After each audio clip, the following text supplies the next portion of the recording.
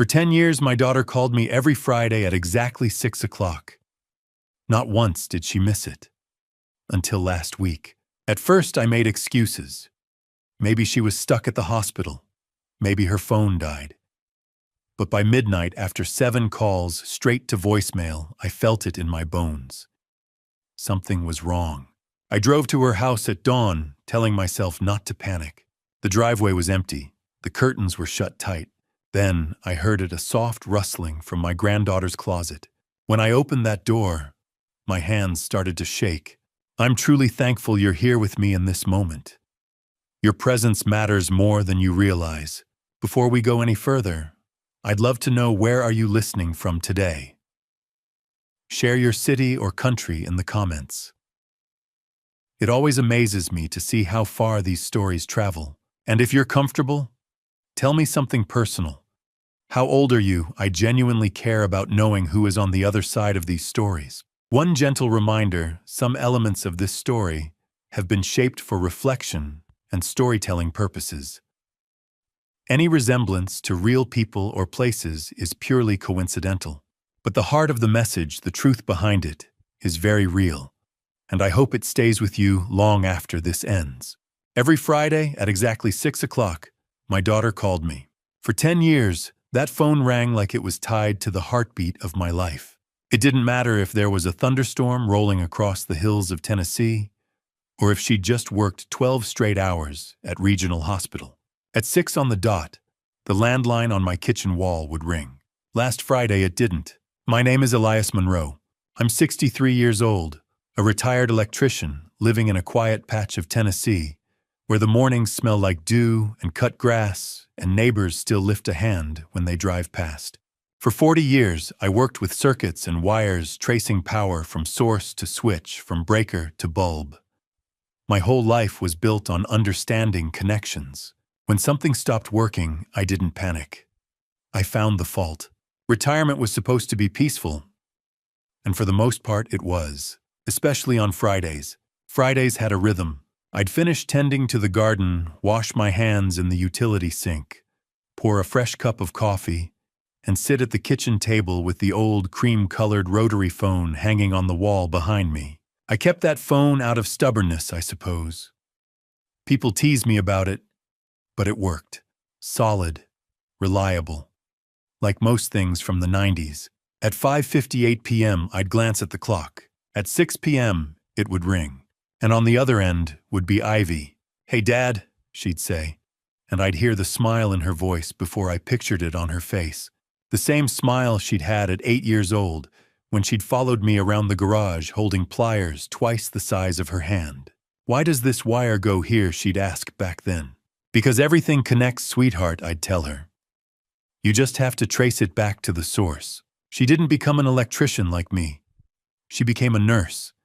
Said she wanted to fix people instead of wiring. I couldn't argue with that. Ivy had a gift for caring. Patients trusted her. Colleagues leaned on her. She was steady in a crisis, calm in chaos. That's what good nurses are. That's what my daughter was. Our Friday calls usually lasted an hour, sometimes longer. She'd tell me about her week, about short staffing, about grateful patients, about the kind of days that made her question everything, until someone squeezed her hand and said thank you. I'd tell her about mine, about the tomatoes finally ripening, about the faucet in the guest bathroom that had been dripping for months before I got around to fixing it, about Mrs. Patterson down the street, bringing over another casserole like I was still raising a family instead of living alone. And then Quinn would grab the phone. My granddaughter, 10 years old, sharp as a tack, curious about everything. "Grandpa, when can I come visit?" "This weekend, sweetheart. If your mom says it's okay." Most weekends, she did visit. She'd sit on a wooden stool in my garage asking questions while I tinkered with small repairs. Just like Ivy used to. Same furrowed brow, same stubborn determination to understand how things worked. Those Friday calls weren't just routine. They were anchor points. 6 o'clock. Every Friday, without fail, until last Friday. I was at my kitchen table, my coffee cooling in the world's best dad mug Ivy gave me 15 years ago. The late summer light poured through the window, casting long shadows across the linoleum floor. The house was quiet in that comfortable way I'd grown used to. 5:58 p.m. I looked at the clock. 2 minutes. The phone hung silent on the wall. 6 o'clock p.m. came and went. 6:08. I told myself she was finishing up a task at the hospital. 6:10. Maybe she'd been pulled into something urgent. 6:05. I stood up, walked over, and lifted the receiver. Dial tone, strong and steady. Nothing wrong with the line. So I dialed her number. I didn't need to look at it. I memorized it the day she moved into her own place 11 years ago. It rang, and rang, and rang. Then her voicemail picked up. Bright. Normal. Familiar. Hi, you've reached Ivy. I can't come to the phone right now, but leave a message and I'll call you back. Hey, sweetheart, I said, trying to sound casual. It's Dad. Just checking in. Give me a call when you get a chance. I hung up and told myself not to be dramatic. Ivy worked hard, sometimes too hard. She'd stayed late before, she'd missed dinner, she'd come home exhausted. But she never missed Friday. 7 o'clock, I called again. Voicemail. 8 o'clock, voicemail. 9 o'clock, straight to voicemail this time. Phone off, dead battery, I thought. That's when a different thought crept in. Dylan, my son-in-law, married to Ivy for 11 years. Financial advisor, always polished, always smooth. He said the right things at holidays, smiled at church, called me sir with that careful respect. But lately, something about him had felt off. 3 weeks earlier, Quinn had stayed with me for the weekend. I'd called Dylan to confirm pickup time, asked how work was going. Busy, he'd said quickly. Too quickly. Conference downtown. Except Quinn had mentioned offhandedly that Daddy had been home watching football that same weekend. Kids mix up days sometimes, I told myself then. But I remembered Dylan's eyes. The way they slid away from mine when he talked about money. The way his answers felt rehearsed. 40 years tracing faulty wiring teaches you to notice inconsistencies. When voltage doesn't match load. When something hums wrong. That Friday night, something hummed wrong. 10 o'clock, voicemail. 11, voicemail. By midnight, I'd called 7 times. 7 unanswered calls. 7 times listening to that cheerful recorded message. My coffee had gone cold hours ago. The kitchen felt cavernous and hollow. I stood by the window, staring out at the empty street. Streetlights cast orange pools across the pavement. Somewhere 2.5 hours north, my daughter wasn't answering her phone. That tingling at the base of my skull, something I'd learned never to ignore, had turned into a weight in my chest. I thought about the last few calls. Ivy had sounded tired. More than usual. There had been pauses in her sentences. Moments where she seemed about to say something and then didn't. You okay? I'd asked once. Yeah, she'd replied too quickly. Just work stuff. I'd let it go. Now that memory gnawed at me. Everything connects, I'd told her when she was 8. Trace it back to the source.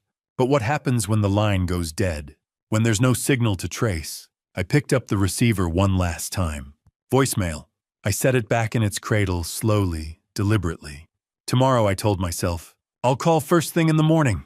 And if she doesn't answer, I'll drive up. I tried to lie down. Couldn't sleep. The house creaked in the night. The refrigerator hummed. Every small sound felt amplified. Midnight passed. 1 a.m. 2! By 3 I knew. This wasn't overtime. This wasn't a dead battery. This was wrong. Terribly wrong. By midnight, after 7 calls into the void, I stopped making excuses. I stood in my kitchen, staring at that silent phone on the wall, and for the first time in my life, I felt what it was like to lose a connection I couldn't repair.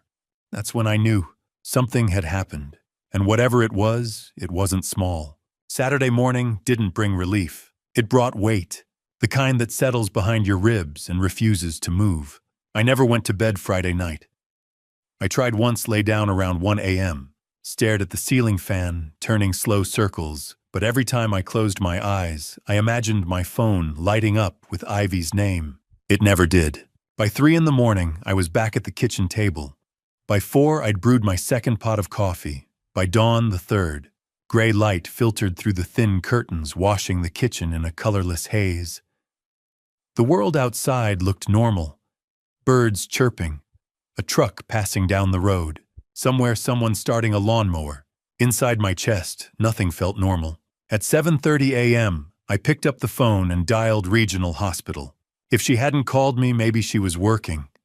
Maybe she'd picked up a shift. Maybe she'd fallen asleep in the break room after a double. The receptionist answered with a voice bright enough to cut through glass. Regional Hospital, how may I direct your call?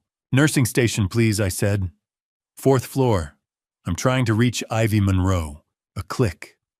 A short stretch of instrumental hold music. Then a new voice, older, a little worn. 4th floor nursing. Hi, I said, forcing steadiness into my tone. I'm looking for Ivy Monroe. I'm her father. I haven't been able to reach her. There was a pause. Ivy. The nurse's tone changed. Concern crept in. She called in sick Monday morning. We haven't seen her since. Is everything all right?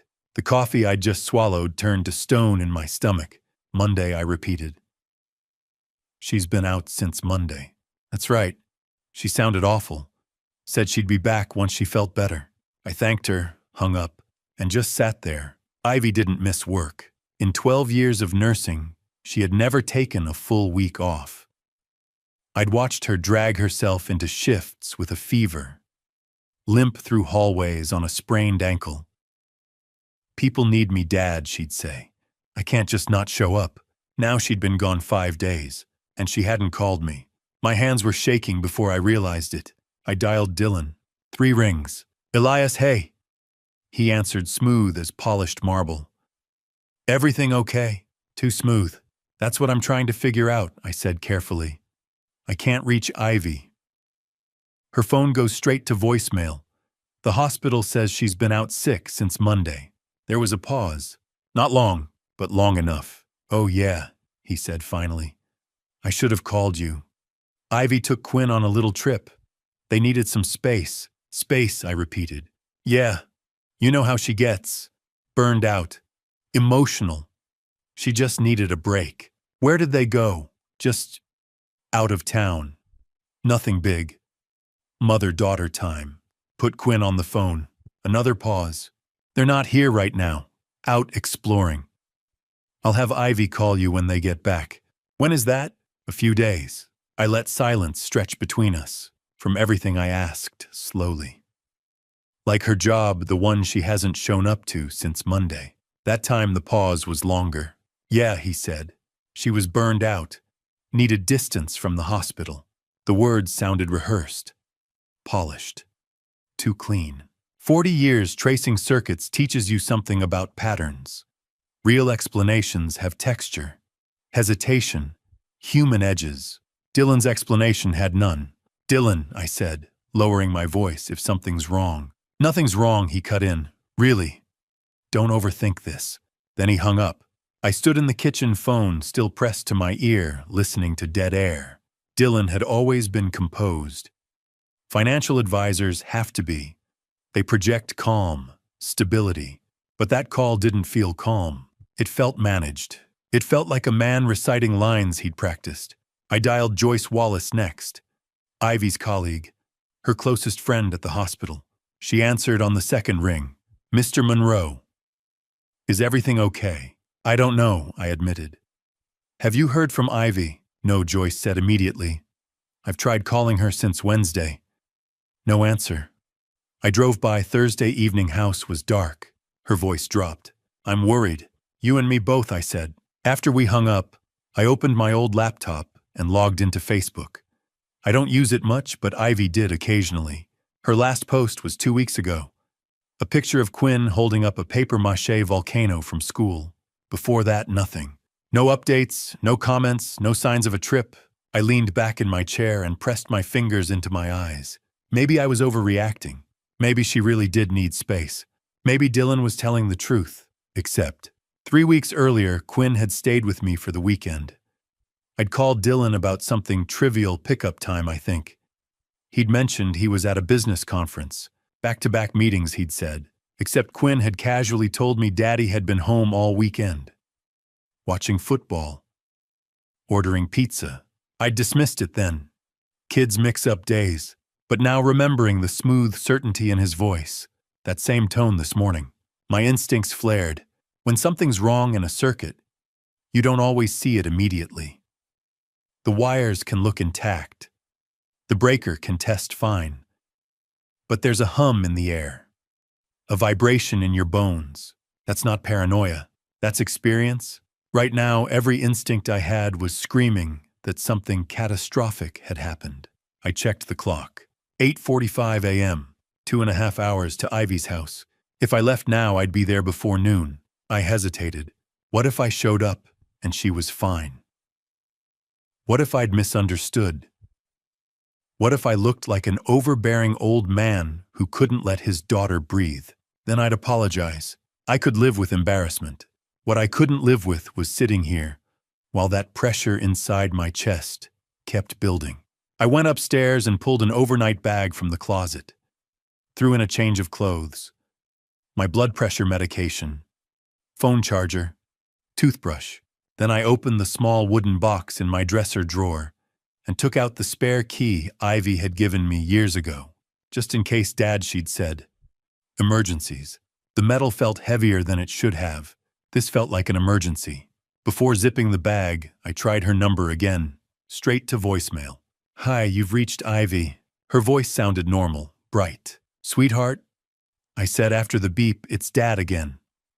I'm coming up tomorrow morning, early. If you hear this before I get there, call me. I just need to know you're okay. I hung up and set the alarm for 5 a.m., but I didn't sleep. I lay in bed staring at the ceiling, thinking about circuits. About what happens when a connection is severed. When the current stops flowing. Sometimes the problem is small. A loose screw. A frayed wire. Sometimes it's a fire behind the walls. I replayed Dylan's voice in my head. That polished calm. That careful reassurance. He hadn't sounded worried. He hadn't sounded irritated. He'd sounded prepared. Prepared for the questions. Prepared with the answers. By midnight, I'd known something was wrong. By Saturday morning, I knew something was being hidden. I got up before the alarm went off. Showered, dressed, carried the overnight bag downstairs. I paused in the kitchen, staring at the silent landline on the wall. For 10 years, that phone had rung every Friday at 6. Now it sat still. I picked up the bag and set it by the front door. Something inside me said I needed to move quickly. I just didn't know yet that while I was debating whether to leave, my granddaughter had already been alone for nearly a week. And my daughter had already stopped calling. The sunrise spilled across the Tennessee hills in streaks of amber and soft rose, but I barely registered it. Normally I'd notice things like that, the way fog hangs low in the valleys, the way the light hits the trees just right. But that morning the world felt distant. Muted. My truck rolled down the highway at 5:30 a.m., engine humming steady beneath me. 2.5 hours north. I'd driven this route so many times it was etched into muscle memory. But that morning, every mile felt heavier than the last. The coffee in my thermos had long since gone cold. I drank it anyway. Bitter. Metallic. Anything to give my hands something to do besides tremble on the steering wheel. I'd made this drive for birthdays, for Christmas mornings, for 4th of July barbecues, for small emergencies, leaky pipes, broken garbage disposals, light fixtures Dylan couldn't seem to figure out. Or wouldn't. I'd never minded. I liked being needed. Liked knowing Ivy still called when something in her house didn't work right. But that morning felt different. The white lane markings blurred beneath the tires. The radio stayed off. The only sound was the low hum of the engine and the steady rhythm of my own breathing, tight and shallow. My mind drifted the way it does when you're driving alone too long. I saw Ivy at 8 years old, standing in the kitchen beside me on a rickety step stool while we rewired the overhead light. Her hands were small fingers smudged with dust from the ceiling fixture. "Daddy, why does this wire go there?" she'd asked, brow furrowed in fierce concentration. "Because everything's connected," I'd told her, guiding her hand toward the ground wire. You can't always see how it connects, but it does. And if something's loose, you'll feel it before you see it. There's a hum, she'd said, seriously repeating my words back to me like they were sacred. Exactly, a warning. She'd nodded like she understood the weight of that. Maybe she did. The memory shifted Ivy at 22, fresh out of nursing school. We'd sat on the narrow balcony of her first apartment, legs stretched out, watching the sun sink behind apartment rooftops. I want to fix people the way you fix things, she'd told me, when they're broken. I remember the pride swelling in my chest. She'd taken my lessons about connections and turned them into compassion. She healed instead of wiring. She completed circuits in a different way. Then the wedding came. 11 years ago, I'd walked her down the aisle in a small country church outside town. Her hand trembled slightly in the crook of my arm, not from doubt, I told myself. Just nerves. Dylan stood at the altar in a rented tuxedo posture, straight smile polished. Confident. Smooth. Too smooth. Even then, something had buzzed faintly at the base of my skull. A subtle resistance in the current. Nothing obvious, just something. I'd mentioned it gently the week before. Dad, I love him, she'd said. Isn't that enough? What kind of father keeps pushing after that? So I swallowed it. Smiled for pictures. Shook Dylan's hand. Told myself I was being protective. Now, with the highway stretching endlessly ahead of me, I wondered if I'd confused instinct with overreaction. The hills gave way to flatter land as I passed a rest stop, a weathered gas station, a small town whose name I didn't catch. Road signs flicked past in green blurs. My thoughts circled the last few months. Dylan had been busy. That was the word Ivy used on our Friday calls. He's just busy with work, Dad. But her voice always had that slight tension under it, like a wire pulled too tight. Ready to snap. 3 weeks ago, I'd been down for Quinn's birthday. We'd sat on the porch steps eating ice cream, the late afternoon sun warming the wood beneath us. Out of nowhere, Quinn had asked Grandpa, "What do you do when someone lies to you?" The question had landed strangely. "Why do you ask?" I'd said. She'd shrugged suddenly, very focused on her melting scoop. Just wondering. I'd let it go. Kids ask things like that all the time. Now, gripping the steering wheel, I felt that memory tighten like a vice around my chest. I should have asked more. I should have leaned in. My phone buzzed in the cup holder, jolting me back to the present. For one desperate second, hope surged. But it was just a reminder notification. I picked it up anyway and dialed Dylan. 4 rings. Voicemail. "This is Dylan Keller. Leave a message." "Dylan," I said evenly, forcing the shake out of my voice. "I'm on my way. If Ivy and Quinn are home, have her call me immediately. If they're on this trip you mentioned, I want proof. A photo. A video call. Something. I'll be there in less than an hour." I ended the call and tossed the phone back down. 40 years in electrical work teaches you to recognize when something is about to fail. There's a prickling along your spine, a subtle vibration in the air. You might not know which breaker is tripping yet, but you know a storm is coming. That hum had been building all weekend. Dylan's explanations were too neat, too convenient. His tone perfectly calibrated. It wasn't what he said, it was what he didn't. No irritation, no confusion, no urgency. If your wife and daughter were suddenly unreachable, wouldn't you sound worried? The closer I got to the suburbs, the more the landscape changed. Rolling hills flattened into subdivisions. Identical houses lined up like soldiers, white siding, trimmed lawns, 2-car garages. This was where Ivy had built her life, where Quinn learned to ride her bike, where Friday calls came from. I turned onto Oakwood Drive and slowed. Number 47. The house came into view and my stomach dropped. No car in the driveway. No lights in the windows. Curtains drawn.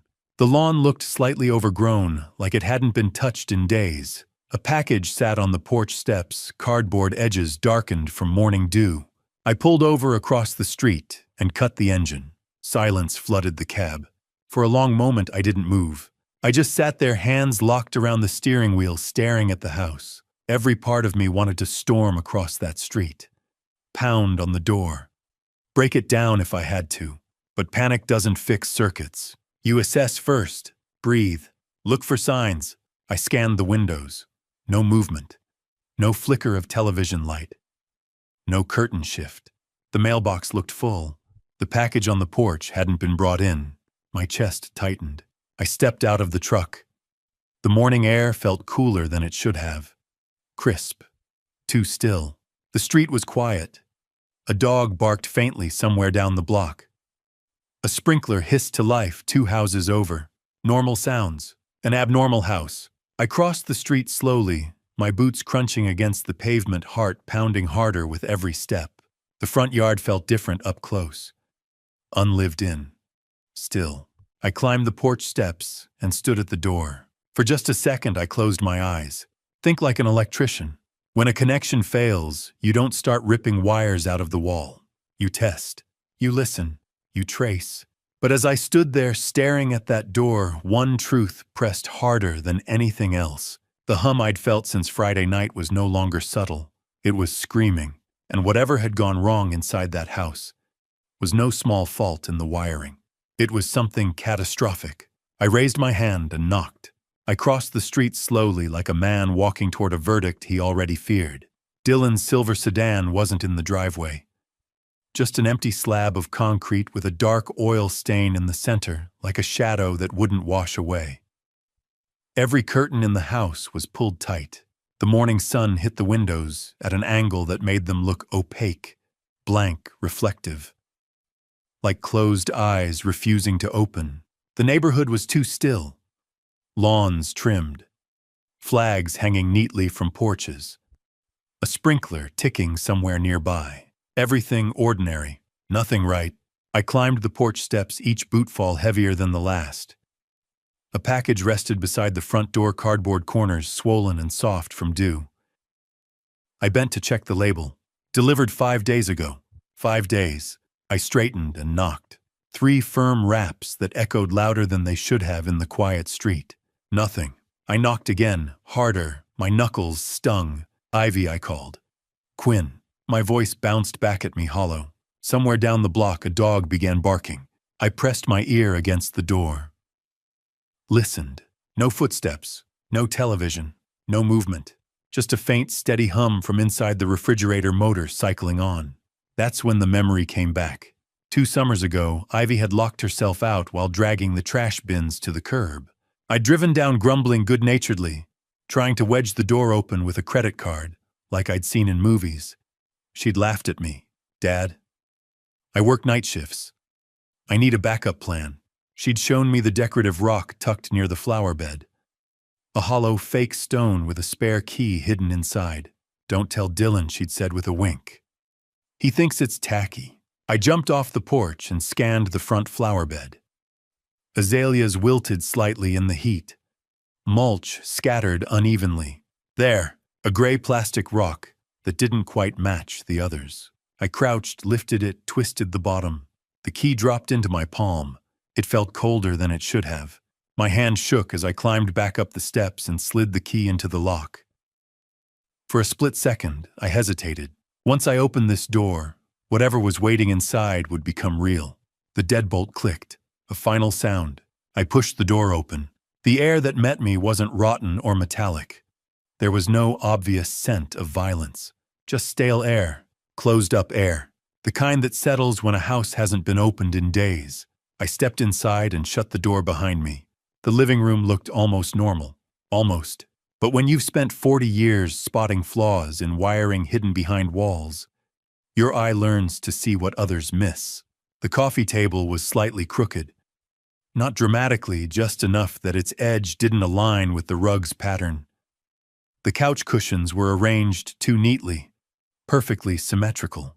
The kind of perfect that comes from someone straightening in a hurry. A throw pillow lay on the floor behind the armchair, half hidden.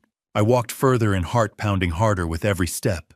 Family photos lined the mantel, Ivy at graduation, Quinn missing her front teeth, Christmas morning snapshots. But 2 frames were tilted at slight angles, as if they'd been knocked and hastily nudged back into place.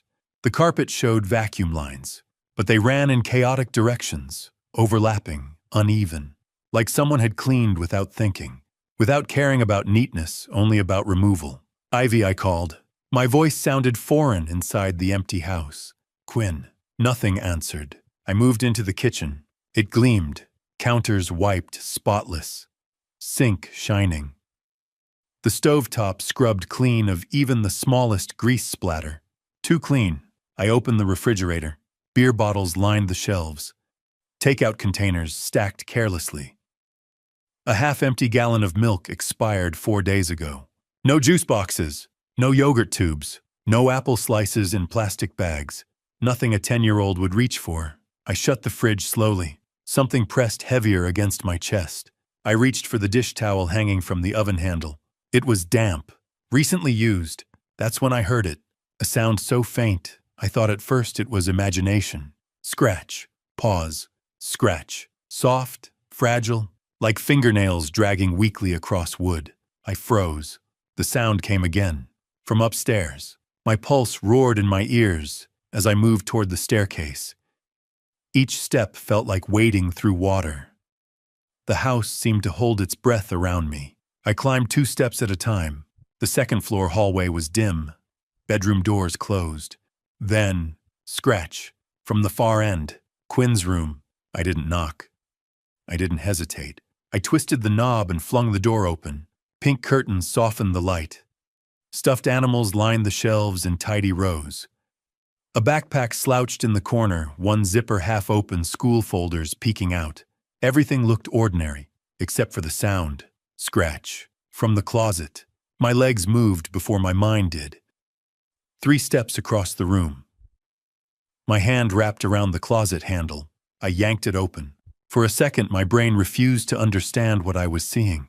Behind a pile of winter coats curled into herself was Quinn, my granddaughter. Her skin was ghost pale, except for a burning flush across her cheeks. Lips cracked and bleeding, eyes glassy, unfocused. She clutched a faded blue stuffed rabbit against her chest, the same one Ivy had bought her when she was 3. Its fur was matted and darkened. "Grandpa," she whispered. Her voice was dry, brittle, like paper tearing. I dropped to my knees so hard they hit the floor with a thud. "Sweetheart," I breathed. She weighed almost nothing when I lifted her. Just fragile bones and scorching heat. Her body felt wrong in my arms, too light, too limp. I pressed my hand to her forehead. Fire. Her breathing came shallow and uneven, each inhale a struggle. "I've got you," I said, though my voice shook. "I've got you now." Her fingers tightened weakly in my shirt. For a second, her eyes focused. "Grandpa," she said again. I heard Mama scream. The words sliced clean through me. And then everything went quiet. My throat closed. I forced myself to move. Phone, pocket, 911. The digits blurred, but I managed to press them. 911, what's your emergency? I need an ambulance, I said, fighting to keep my voice steady. 47 Oakwood Drive. My granddaughter, 10 years old. Severe dehydration. High fever. She's been alone for. My voice broke. "Please, hurry." The dispatcher asked questions. I answered automatically. Breathing, yes. Conscious, barely. Any visible injuries, no. I held Quinn close while I spoke, feeling every fragile breath against my chest. Her small fingers dug weakly into my shirt like she was afraid I might disappear. "How long?" I whispered into her tangled hair once I ended the call. "How long have you been here, baby?" She blinked slowly. "I don't know," she murmured. I stopped counting after 7 days. 7 days. The number hit like a physical blow. 7 days in a closet, alone. No water but what she'd rationed. No food but what she'd scavenged. Hearing her mother scream. Then silence. I tightened my arms around her as sirens wailed faintly in the distance. The house that had once been filled with laughter, Friday phone calls, and birthday candles now felt like a hollow shell. And as I rocked my granddaughter in my arms, one terrible truth settled into place. Whatever had happened here was no accident, and whatever Dylan had been hiding was about to be dragged into the light. The ambulance ride to Regional Children's Hospital took 20 minutes. It felt like 20 hours. Quinn drifted in and out of consciousness, her small hand gripping mine like I was the only solid thing left in her world. "She's severe dehydration," the paramedic said, adjusting the oxygen mask over Quinn's face. "Malnutrition. This child has been alone for days." I didn't correct him. Didn't say it had been 7 days. I just held my granddaughter's hand and watched her chest rise and fall, each breath a small miracle. The ER was chaos. Doctors and nurses surrounded Quinn the moment we arrived, their movements precise and urgent. They transferred her to a gurney, hooked up IV lines, called out numbers I didn't understand. Someone tried to pull me back, but I wouldn't let go of her hand. "Sir, we need space to work." "I'm not leaving her," I said. A young doctor with kind eyes nodded. "Stay against the wall. Don't get in the way." I pressed myself into the corner and watched them save my granddaughter's life. Blood pressure cuff, temperature check, blood draws, more IV bags. The numbers slowly improved. The tension in the room gradually eased. After what felt like hours, but was probably 40 minutes, they moved Quinn to a private room. The IV drip continued steady and rhythmic. Monitors beeped softly. Her fever had started to come down. I pulled a chair close to her bed and sat down. My whole body ached from the drive, from the fear, from holding myself together when everything inside me wanted to break. 7 days. My 10-year-old granddaughter had survived 7 days alone. But how? Quinn stirred her eyes, opening slowly. They were clearer now, more focused. She looked at me and I saw recognition, real recognition, for the first time since I'd found her. "Grandpa," she whispered. "I'm here, sweetheart." I squeezed her hand gently. "You're safe now." She was quiet for a moment, her gaze drifting to the stuffed bunny they'd let her keep. It sat on the bedside table, matted and worn, but somehow still comforting. "Mama taught me," she said finally, her voice hoarse. "In case something bad happened." My throat tightened. "What did she teach you?" Quinn's eyes filled with tears. "Months ago. Maybe since summer, Mama would come into my room at night and tell me things. She said if I ever heard loud arguing, really loud, scary arguing, I should go straight to my closet and hide. She said not to come out until you called my name. Or the police." I felt something cold settle in my chest. Ivy had known. She'd known she was in danger and had prepared her daughter like someone preparing an escape route.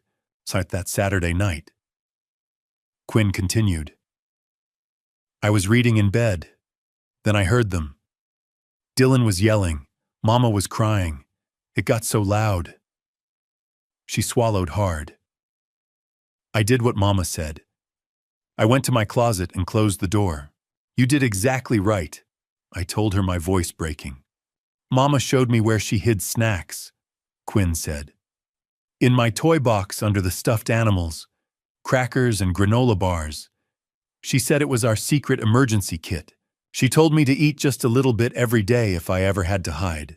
The image of Ivy carefully hiding food for her daughter, planning for the worst, made my chest ache. "What about water?" I asked. At night, when the house got really quiet, I would sneak out and go to the bathroom. I drank from the sink and filled up my water bottle. Then I'd go back to the closet before it got light. She looked down at her hands. I was so scared every time. But Mama said being brave means doing scary things when you have to. "God, Ivy, what had you been living through?" The bunny helped too," Quinn added, reaching for it. "Mama gave it to me when I was little. She said whenever I held it, I should pretend she was hugging me. So that's what I did. Every night. I had to look away for a moment, blinking hard against the tears. "Why didn't you try to leave?" I asked gently. "Or call for help?" Quinn's answer was simple. "Mama said to wait for you. She said you'd come. She said you always keep your promises and you promised to call every Friday, so if you didn't call, you'd come looking. She told me to wait for you, Grandpa. Nobody else." The weight of that trust, Ivy's faith in me, Quinn's patience nearly broke me. My daughter had spent the last months of her life teaching her child how to survive without her. She'd hidden food, rehearsed instructions, made plans for a future where she wouldn't be there. She'd known Dylan was dangerous, and she'd done everything she could to protect Quinn. But she hadn't been able to save herself. "So you did so good, sweetheart," I whispered, taking Quinn's hand again. "Your mama would be so proud of you." Quinn's eyes started to close, exhaustion finally winning. The IV drip continued its steady rhythm. Her breathing deepened, and within minutes, she was asleep. I sat there in the dim hospital room, watching her chest rise and fall, listening to the monitors beep their reassurance. She was alive. Against all odds, my granddaughter was alive. A soft knock on the door made me look up. Detective Noah Carter stood in the doorway, his expression serious.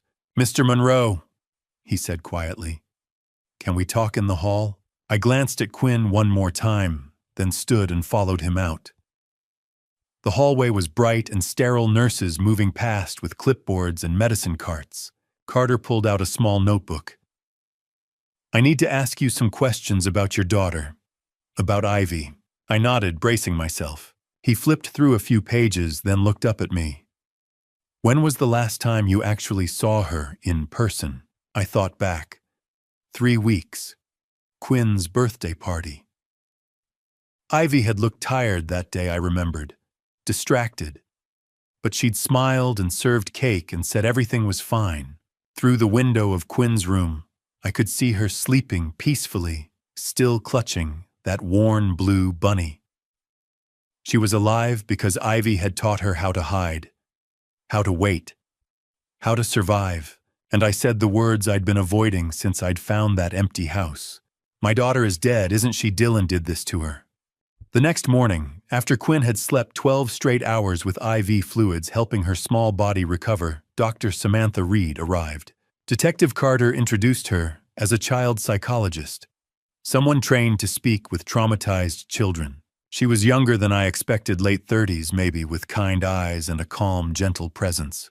She carried a worn leather bag stuffed with art supplies and greeted Quinn like they were old friends, not strangers in a hospital room. Detective Carter pulled me into the hallway. "There's an observation room next door. One-way glass. You can watch and listen, but she needs to talk without you present. Kids sometimes hold back when family's in the room." I nodded. "I need to hear it, even if it destroys me." He led me into a small room with darkened glass overlooking Quinn's bed. On my side, the window was a mirror. On theirs, it was clear. A small speaker crackled to life. Dr. Reed settled beside Quinn and spread out paper and colored pencils.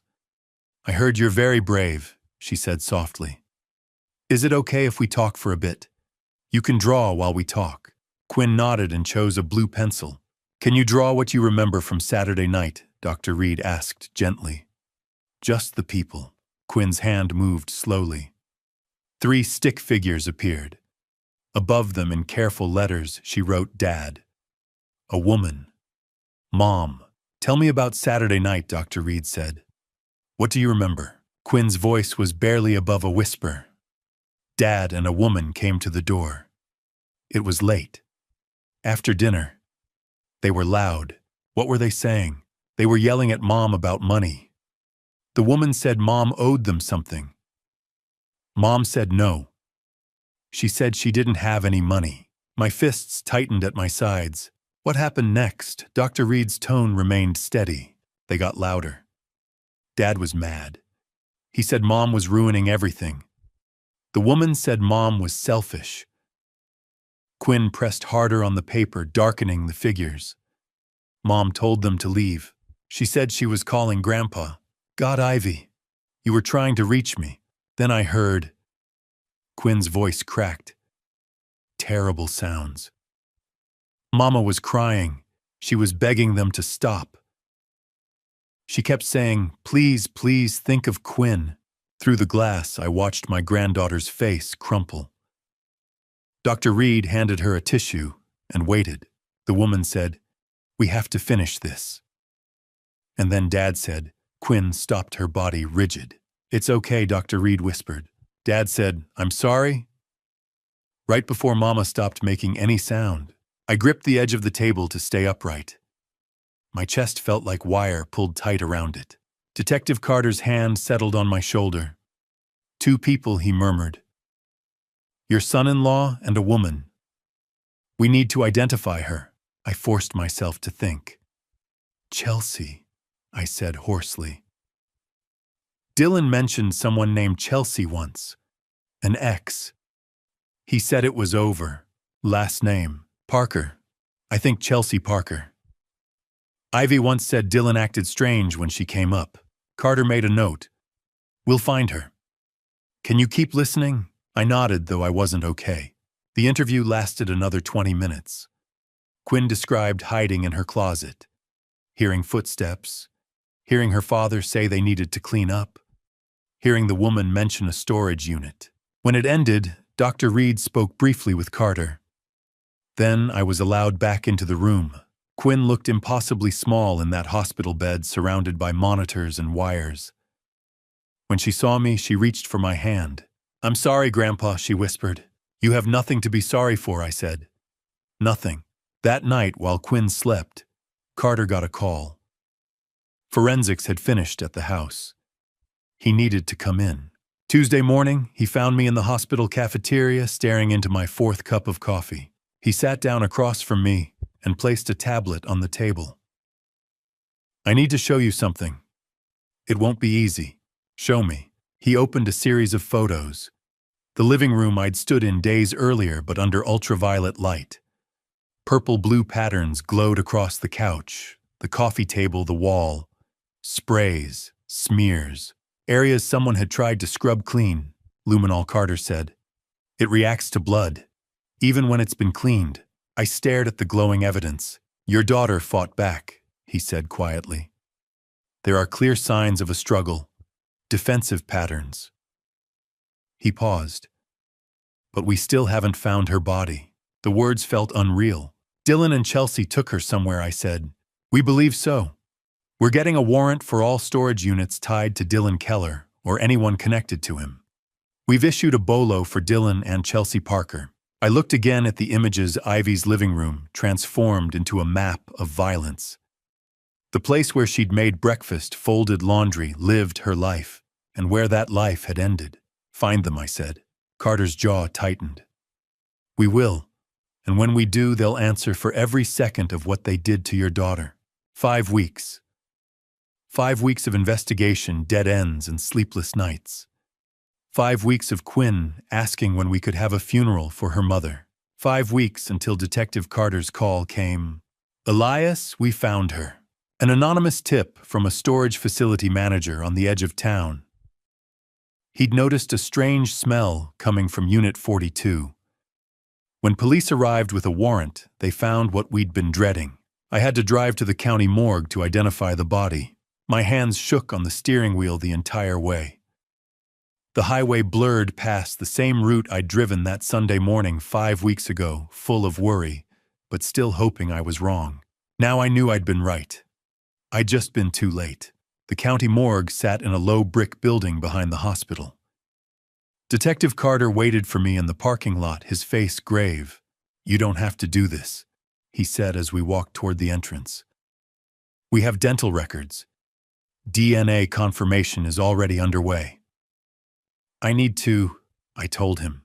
I need to see her. Inside, the air was cold and smelled of chemicals.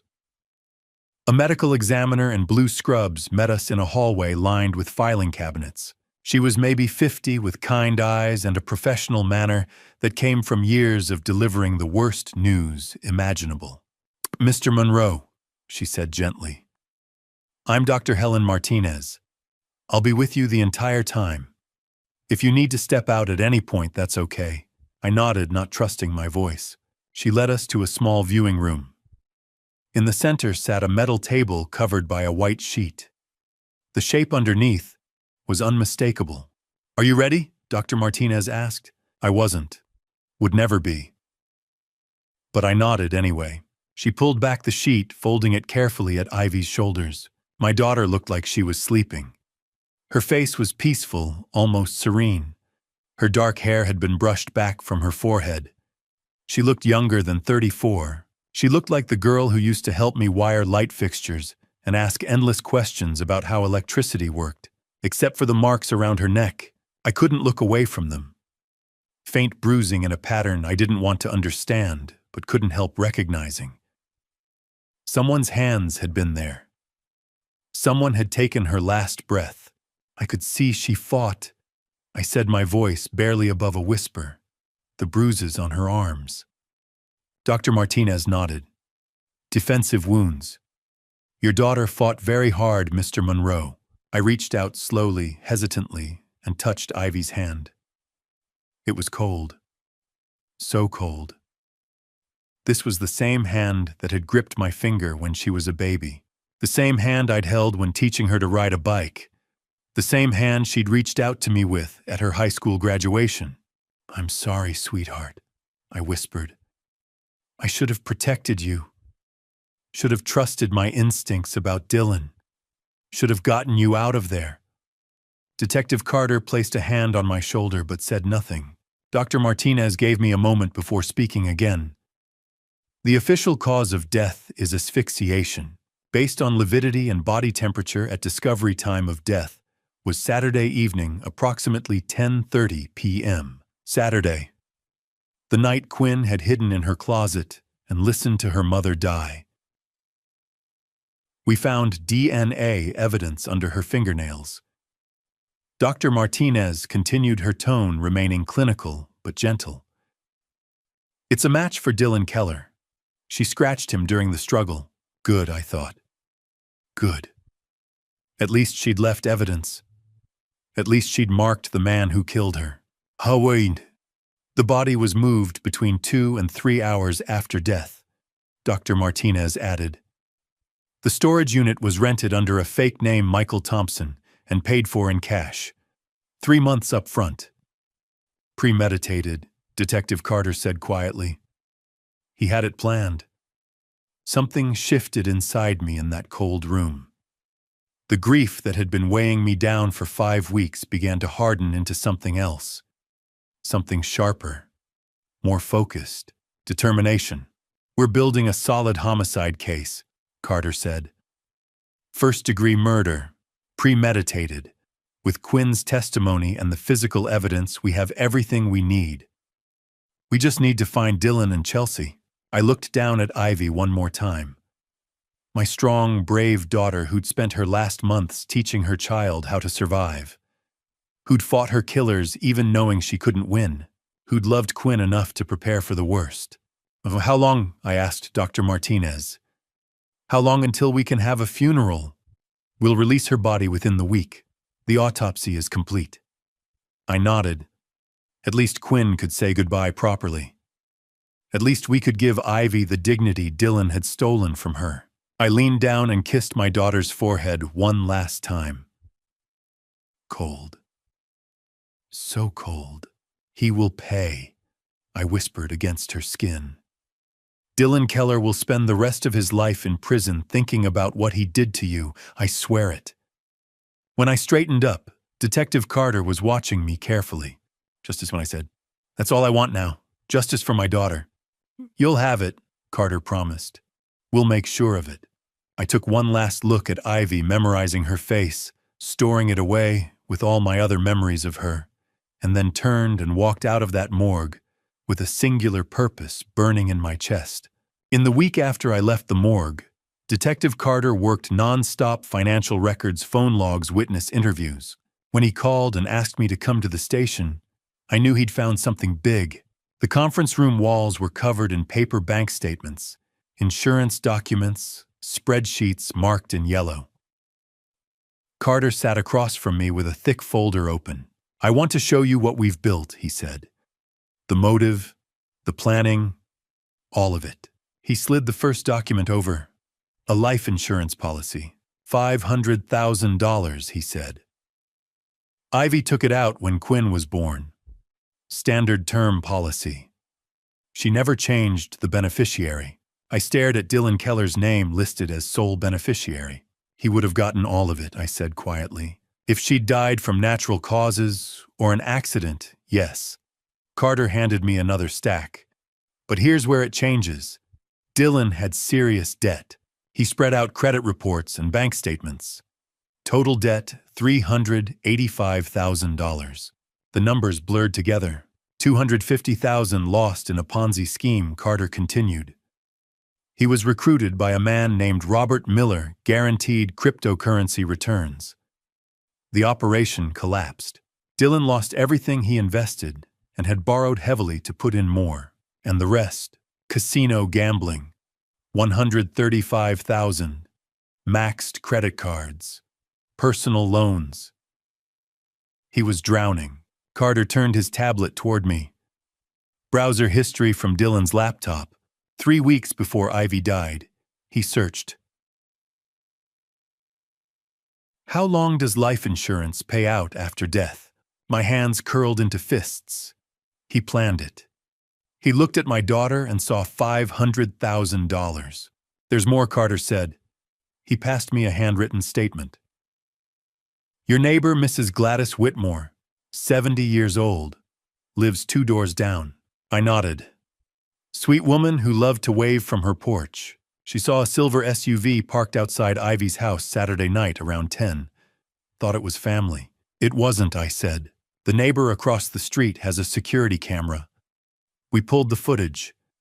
Grainy video filled the screen. 2 vehicles in the driveway. Dylan's black sedan and the silver SUV. Timestamp 9:45 p.m. arrival. They left together at 11:30, an hour after Ivy died. An hour spent cleaning, moving her body, covering their tracks. We traced the SUV registration, Carter said. Chelsea Parker, 30 years old, lives 40 minutes away. He showed me her driver's license photo. Blonde hair, hard eyes, Dylan's ex from 10 years ago. They broke up when he married Ivy, but they reconnected recently. Over 200 calls between them in the last 3 months. Long calls. She helped him, I said. She had reason to, Carter replied. Chelsea Parker has gambling debts too, around $80,000. Together, they were buried. That insurance policy looked like an escape. I thought of Quinn's drawing. The woman at the door. The woman who said, we have to finish this. Chelsea Parker had been there. She had helped murder my daughter. There's another piece, Carter said quietly. He slid a statement across the table. Joyce Wallace, Ivy's colleague. Ivy had trusted Joyce. Joyce told us Ivy came to her 2 weeks before she died. Upset. Dylan had asked her to increase the life insurance policy to $750,000. Ivy refused. She told Joyce she was scared. The words hit like a blow. She knew, I whispered. Ivy knew something was wrong. She did, Carter said. And when she refused to increase the policy and likely started pulling away, Dylan couldn't risk losing control. If she changed the beneficiary or filed for divorce, he'd lose everything. I pressed my hands against my eyes. My daughter had been afraid. She had seen the danger. And I hadn't pushed harder. Hadn't insisted she leave. We've issued an arrest warrant for Chelsea. Parker, Carter continued. She's not in custody yet, but we'll find her. And Dylan. Carter paused. His attorney posted bail this morning. $2 million. The room seemed to tilt. He's out, with an ankle monitor and strict conditions. His lawyer argued he isn't a flight risk since his daughter is here, and there's no direct eyewitness placing him at the moment of death. Carter's jaw tightened. The judge agreed. I stood so quickly, my chair scraped across the floor. The man who killed my daughter is walking free. For now, Carter said evenly. But we're building a case that won't leave room for doubt. Financial motive, digital searches, surveillance footage, witness testimony, your granddaughter's statement. It will be airtight. I looked down at the table, the insurance policy, the debt statements, the browser history, the security stills, a trail of greed and desperation, mapped out in black ink and pixels. Dylan hadn't acted in rage. He had calculated. planned. Weighed the cost against the payout. $500,000. That was what he'd decided Ivy's life was worth. And Chelsea, I asked. She'll face the same charges, Carter said. Conspiracy, first-degree murder, evidence tampering. We're not letting either of them slip away. I let out a slow breath. The grief was still there, heavy and suffocating. But beneath it, something else was forming. Resolve. That's when my real fight begins, I said quietly. Carter looked at me. Your real fight. Dylan Keller's expensive lawyer just bought him temporary freedom. The man who took my daughter from me is walking around with an ankle monitor instead of handcuffs. I met his eyes. So yes, this is when my real fight begins. Carter didn't argue. He didn't need to. The evidence was on that table. The motive was clear. The plan was exposed. Now it was a matter of finishing what they had started in that courtroom, making sure Dylan Keller and Chelsea Parker paid for every choice they made. And I would be there for every step of it. Fighting the legal system felt like trying to repair live wiring in total darkness. Every time I thought I'd secured the right connection, something else sparked, snapped, or blew apart in my hands. 2 days after Dylan posted bail, the counterattack began. His attorney Gerald Hawkins wasted no time. He was exactly what you'd expect from a man who defended wealthy clients in high-profile cases. Silver hair combed back neatly, 3-piece tailored suits, cufflinks that probably cost more than my truck. Calm, polished, dangerous. The first move was bold. Dylan filed a police report accusing me of kidnapping Quinn. Kidnapping. According to his version of events, I had broken into his home, trespassed illegally, and taken his daughter without consent. The fact that I found her dehydrated, feverish, and half-starved in a closet, after he had left her alone for 7 days, that detail conveniently vanished in his narrative. In his story, I was the unstable grandfather, the angry father-in-law who had never liked him, the man who saw an opportunity and seized control. Then came the paperwork. Motions filed so quickly, I could barely process them. Motion to dismiss Quinn's testimony too young, too traumatized, unreliable. Motion to exclude financial records, circumstantial, prejudicial. Motion for a restraining order Elias Monroe prohibited from coming within 500 feet of Dylan Keller. Every filing felt like another attempt to erase reality. And then Dylan took his performance public. I watched the interview from Joyce Wallace's living room. The television glow reflected off the polished hardwood floors. Dylan sat in what looked like a carefully staged environment, neutral tones, tasteful decor, nothing that resembled Ivy's house. He wore a dark blazer and an expression of quiet sorrow. "I'm innocent," he said calmly into the camera. "This is a tragedy for everyone involved, but my father-in-law has never accepted me. Now he's using this situation to destroy my life." He paused just long enough for effect. "I loved Ivy. I would never hurt her." The reporter asked about Quinn. "I'm grateful she's safe," Dylan replied. "But she's traumatized. Children can be confused at that age, especially if influenced by adults with their own agenda." I turned off the television before I did something I'd regret. The next morning, 2 uniformed officers knocked on my door. They were polite, professional. They asked about my entry into Dylan's residence. I sat in a small interrogation room for 3 hours, while they went through every detail. "Yes," I said. "I used the spare key Ivy gave me. Yes, I entered without Dylan's permission. Yes, technically, that could be considered trespassing. And yes," I added quietly, "if Dylan had tried to stop me from reaching my granddaughter, I would have moved him out of the way." The younger officer shifted in his seat. "You understand," the older one said carefully, "that this complicates things. Breaking and entering, potential custody interference. If the court perceives you as aggressive or unstable, you could jeopardize your guardianship claim." The message was subtle but clear. Stand down, or risk losing Quinn. That afternoon, I went to the bank and withdrew $5,000 from my retirement savings. Money I'd set aside for Quinn's college tuition, for emergencies, for a future I assumed I'd get to watch unfold peacefully. Now it was going toward a lawyer. Margaret Dawson came recommended by Joyce, family law specialist. Sharp, methodical. "You're being baited," she said during our first meeting. "Dylan's team wants you to react, to lose your temper, to look unstable." I signed the retainer agreement with a hand that felt heavier than it should have. "This isn't just a criminal case," Margaret continued. "It's also a custody battle. We need to protect your credibility at all costs." Protect my credibility, as if saving my granddaughter from a closet needed justification. That evening, Joyce came over with a casserole and something I hadn't felt in days: solid support. "I'll watch Quinn whenever you need," she said firmly. "Emma's been good for her. They've bonded." Emma, Joyce's 12-year-old daughter, had taken Quinn under her wing without hesitation. Movie nights, homework sessions, quiet understanding. It mattered more than I could express. "Ivy was like a sister to me," Joyce added softly. "I know what Dylan is. I know what he did. I'll stand with you." Her words were a small light in an increasingly dark tunnel. But outside our circle, the narrative was shifting. Dylan's public image worked in his favor.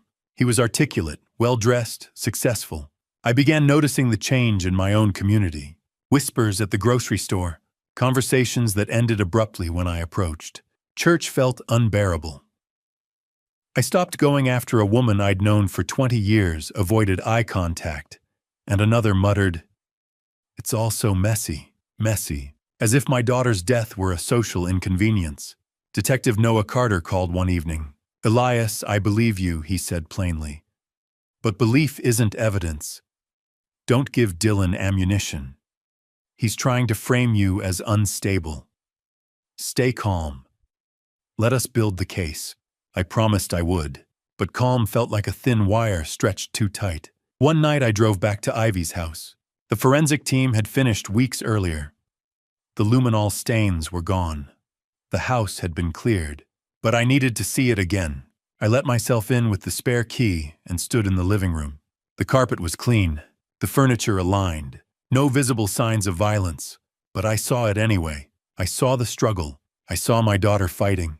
I saw Quinn upstairs, small and terrified.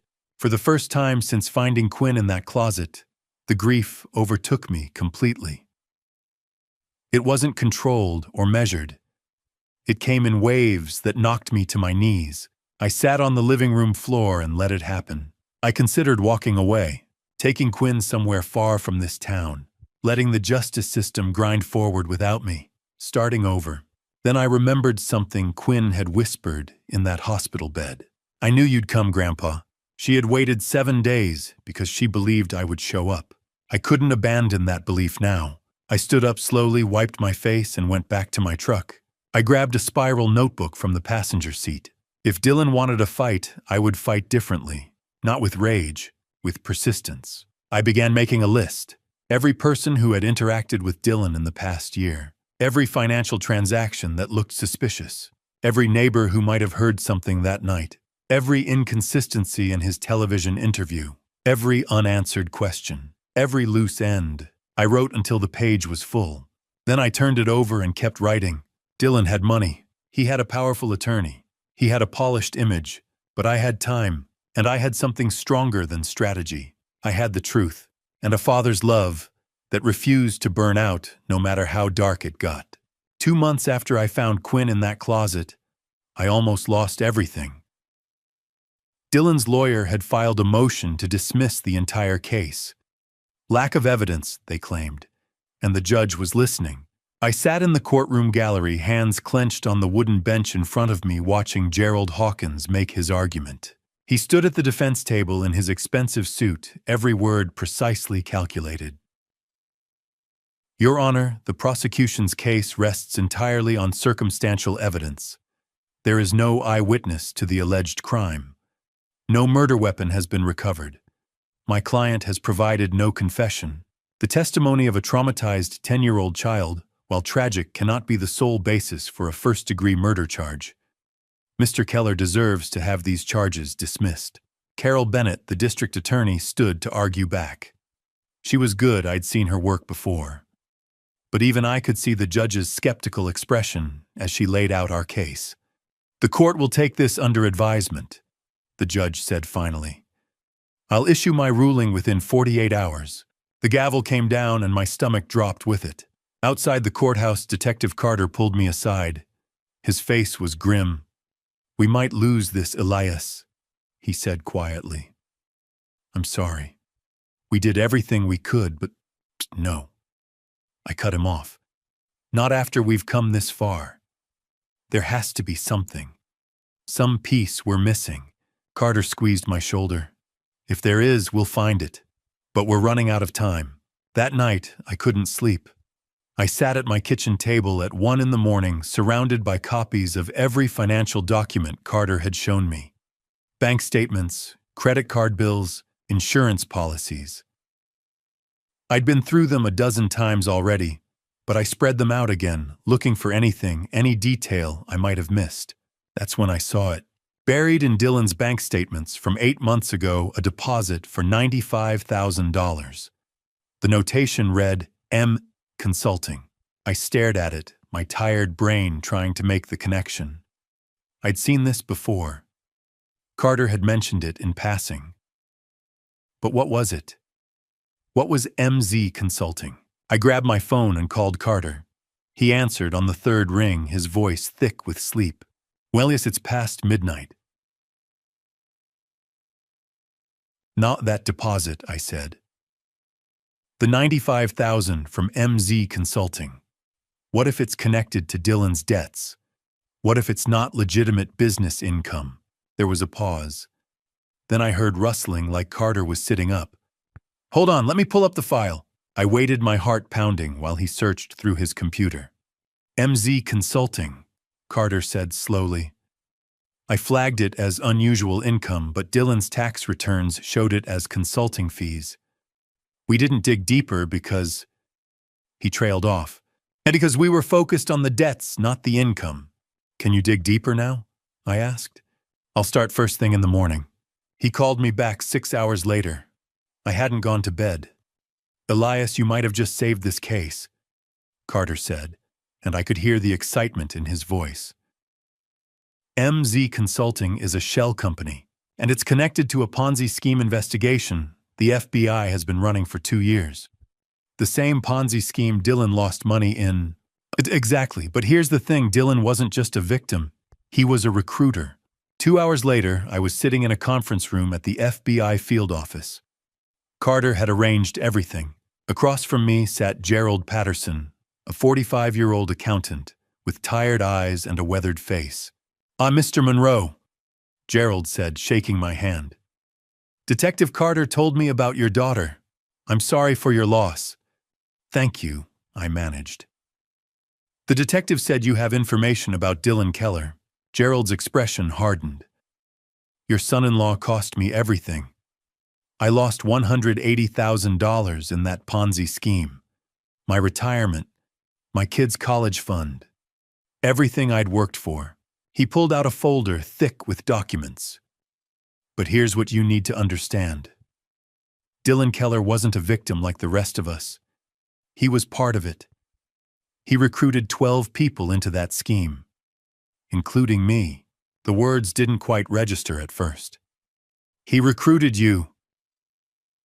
He gets 8% commission on every person he brings in," Gerald explained.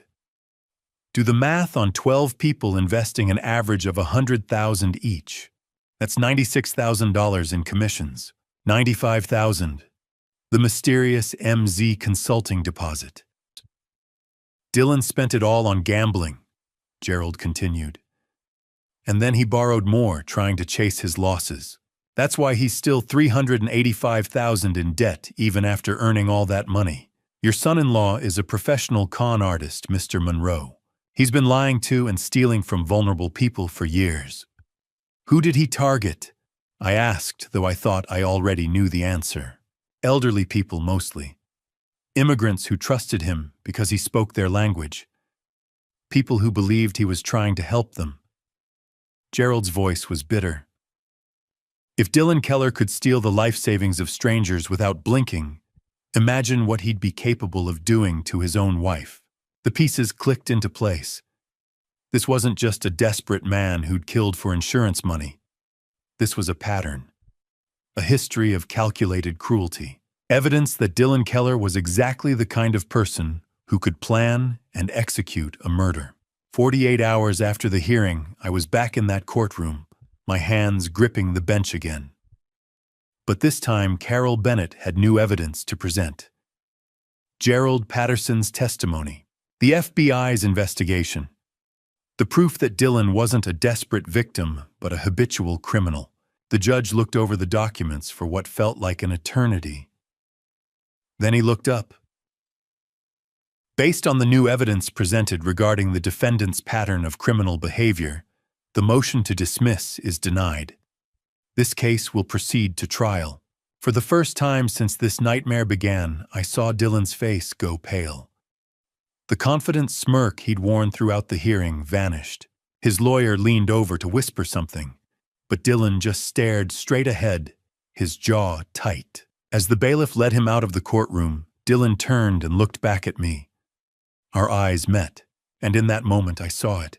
Real fear. He'd been so confident, so certain that his money and his lawyers would save him. But justice was coming, and Dylan Keller was finally beginning to realize that he couldn't buy his way out of this. While Dylan sat in his lawyer's office, confident and free on bail, Chelsea Parker was on the run. For 3 weeks, she'd paid cash at roadside motels, used burner phones, and jumped at every siren. The guilty always run, but they can't run forever. Detective Carter coordinated the manhunt with a precision I'd come to expect from him. He called me every few days with updates, keeping me in the loop, even when there wasn't much to report. Chelsea had withdrawn cash from ATMs across 3 states, Tennessee, Kentucky, Ohio. She stayed at cheap motels, never more than 2 nights in the same place. She used prepaid credit cards and burner phones that were impossible to trace. Somewhere along the way, she dyed her hair from blonde to dark brown and started wearing glasses. She's smart, Carter told me during one call, or scared enough to be careful. But everyone makes mistakes eventually. The breakthrough came from an unexpected source. Megan Parker was 27 years old and Chelsea's younger sister. I learned about her later after everything was already in motion. Carter filled me in on the details once the arrest was made. Megan had called the police tip line, her voice shaking. I love my sister, she'd told the detective who answered. But I can't live with what she did. A woman is dead. A little girl almost died.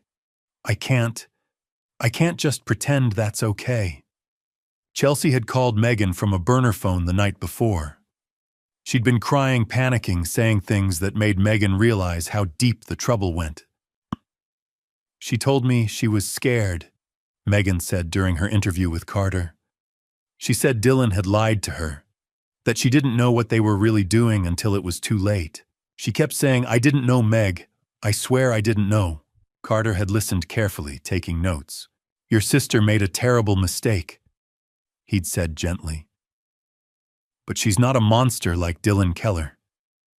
If she's willing to tell the truth, she deserves that chance." Megan had provided Chelsea's last known location, a budget inn outside Cincinnati, room 14. The arrest happened at dawn. A tactical team surrounded the motel while it was still dark. Chelsea must have seen them from her window because she tried to run. She made it out of her room and into the parking lot before 3 officers tackled her to the asphalt. Carter showed me the arrest photo later. Chelsea looked nothing like the blonde woman in her driver's license picture.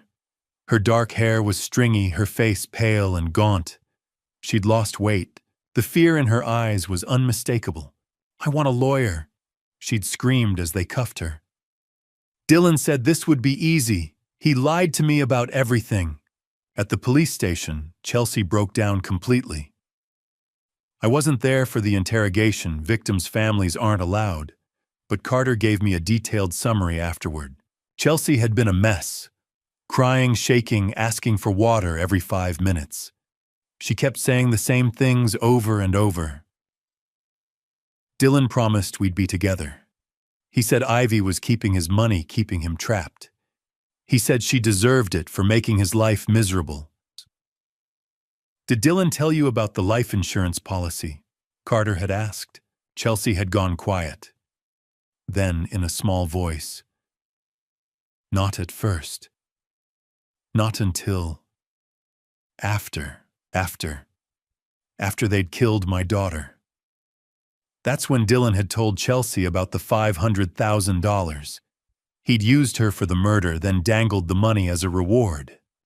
2 days after Chelsea's arrest, her court-appointed public defender approached District Attorney Carol Bennett with an offer.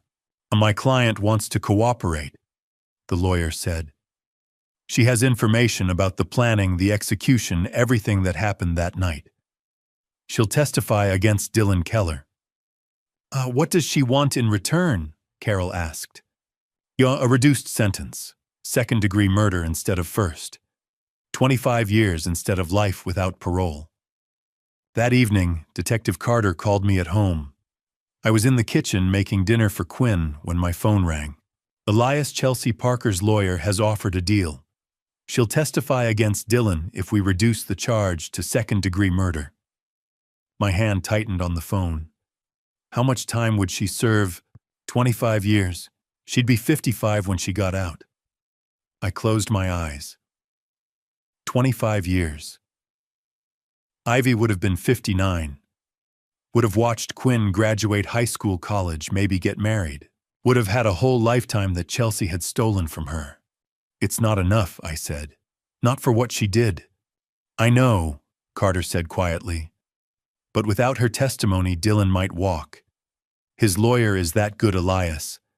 Gerald Hawkins will attack every piece of evidence we have.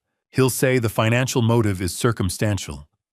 He'll claim Quinn's testimony is unreliable because she's a traumatized child. He'll create reasonable doubt. And with Chelsea's testimony, we have an eyewitness who was there, who can describe exactly how Dylan planned it, how they executed it, what he said during and after. It's the difference between a strong case and an airtight one."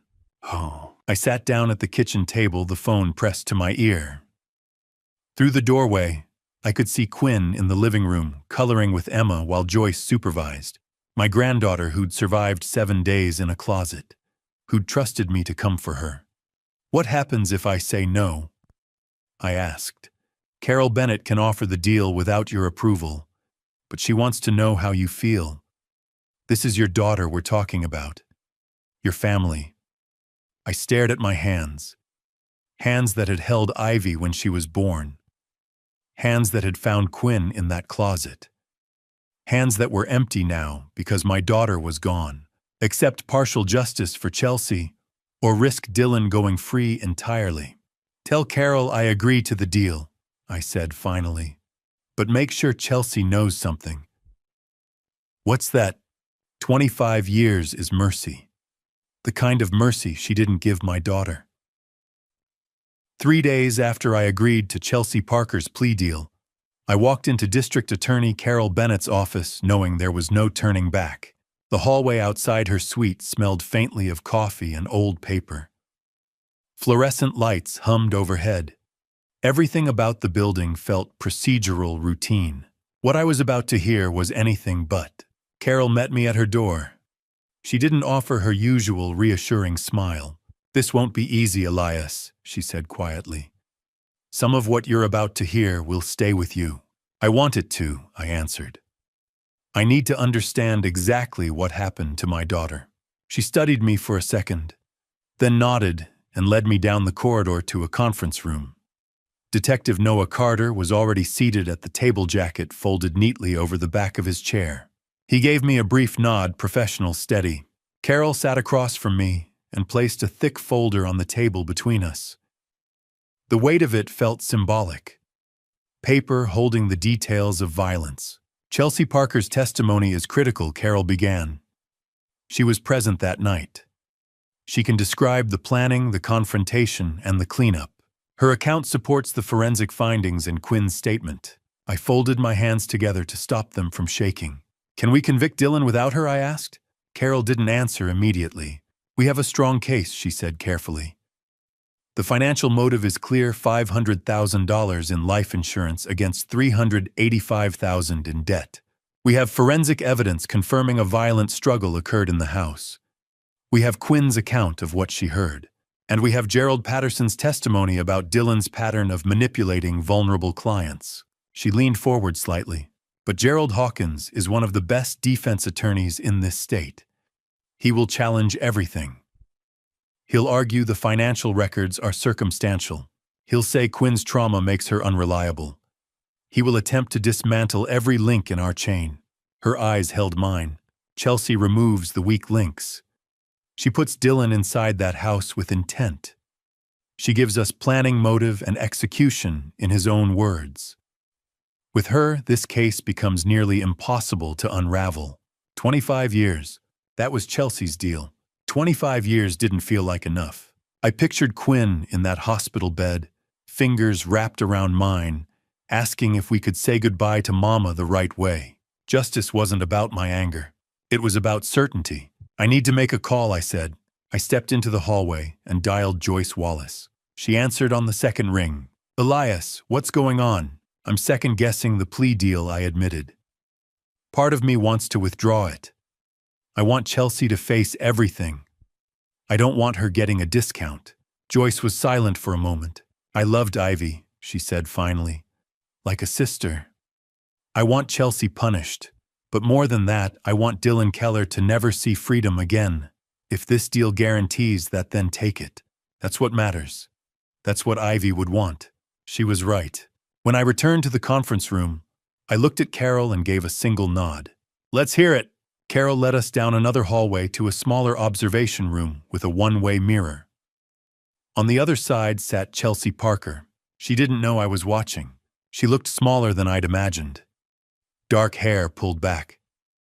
Orange jumpsuit loose on her frame, hands cuffed in front of her. Her eyes were swollen from crying. Her public defender sat beside her. A court reporter prepared her machine. This is her formal proffer session, Carol explained quietly. She understands that if she lies, the deal disappears. I sat next to Detective Carter. The chair felt too rigid beneath me. Carol entered the interview room and took her seat across from Chelsea. Miss Parker, Carol began evenly describe how Dylan Keller first approached you. Chelsea's voice trembled. About 8 weeks before that night, she said. I was at a casino outside the city. I'd been trying to win back money I'd lost. Dylan found me there. We used to date. Before he married Ivy, my stomach twisted. What did he say to you? Carol asked. He told me his marriage was falling apart, Chelsea replied. He said Ivy was controlling the finances, that she was threatening divorce. He said if I helped him, we could be together again, and split the insurance money. There it was, $500,000, reduced to a conversation at a casino table. How did the plan develop? Carol asked. Dylan handled everything, Chelsea said. He rented a storage unit under a fake name, paid cash, bought cleaning supplies. He said we'd convince Ivy to sign paperwork first, increase coverage, make things easier. And if she refused, Carol asked. Chelsea's jaw tightened. He said we'd have to take more serious steps. The room felt airless. Tell us about Saturday evening, Carol said. We arrived at the house around 9:45. Chelsea answered.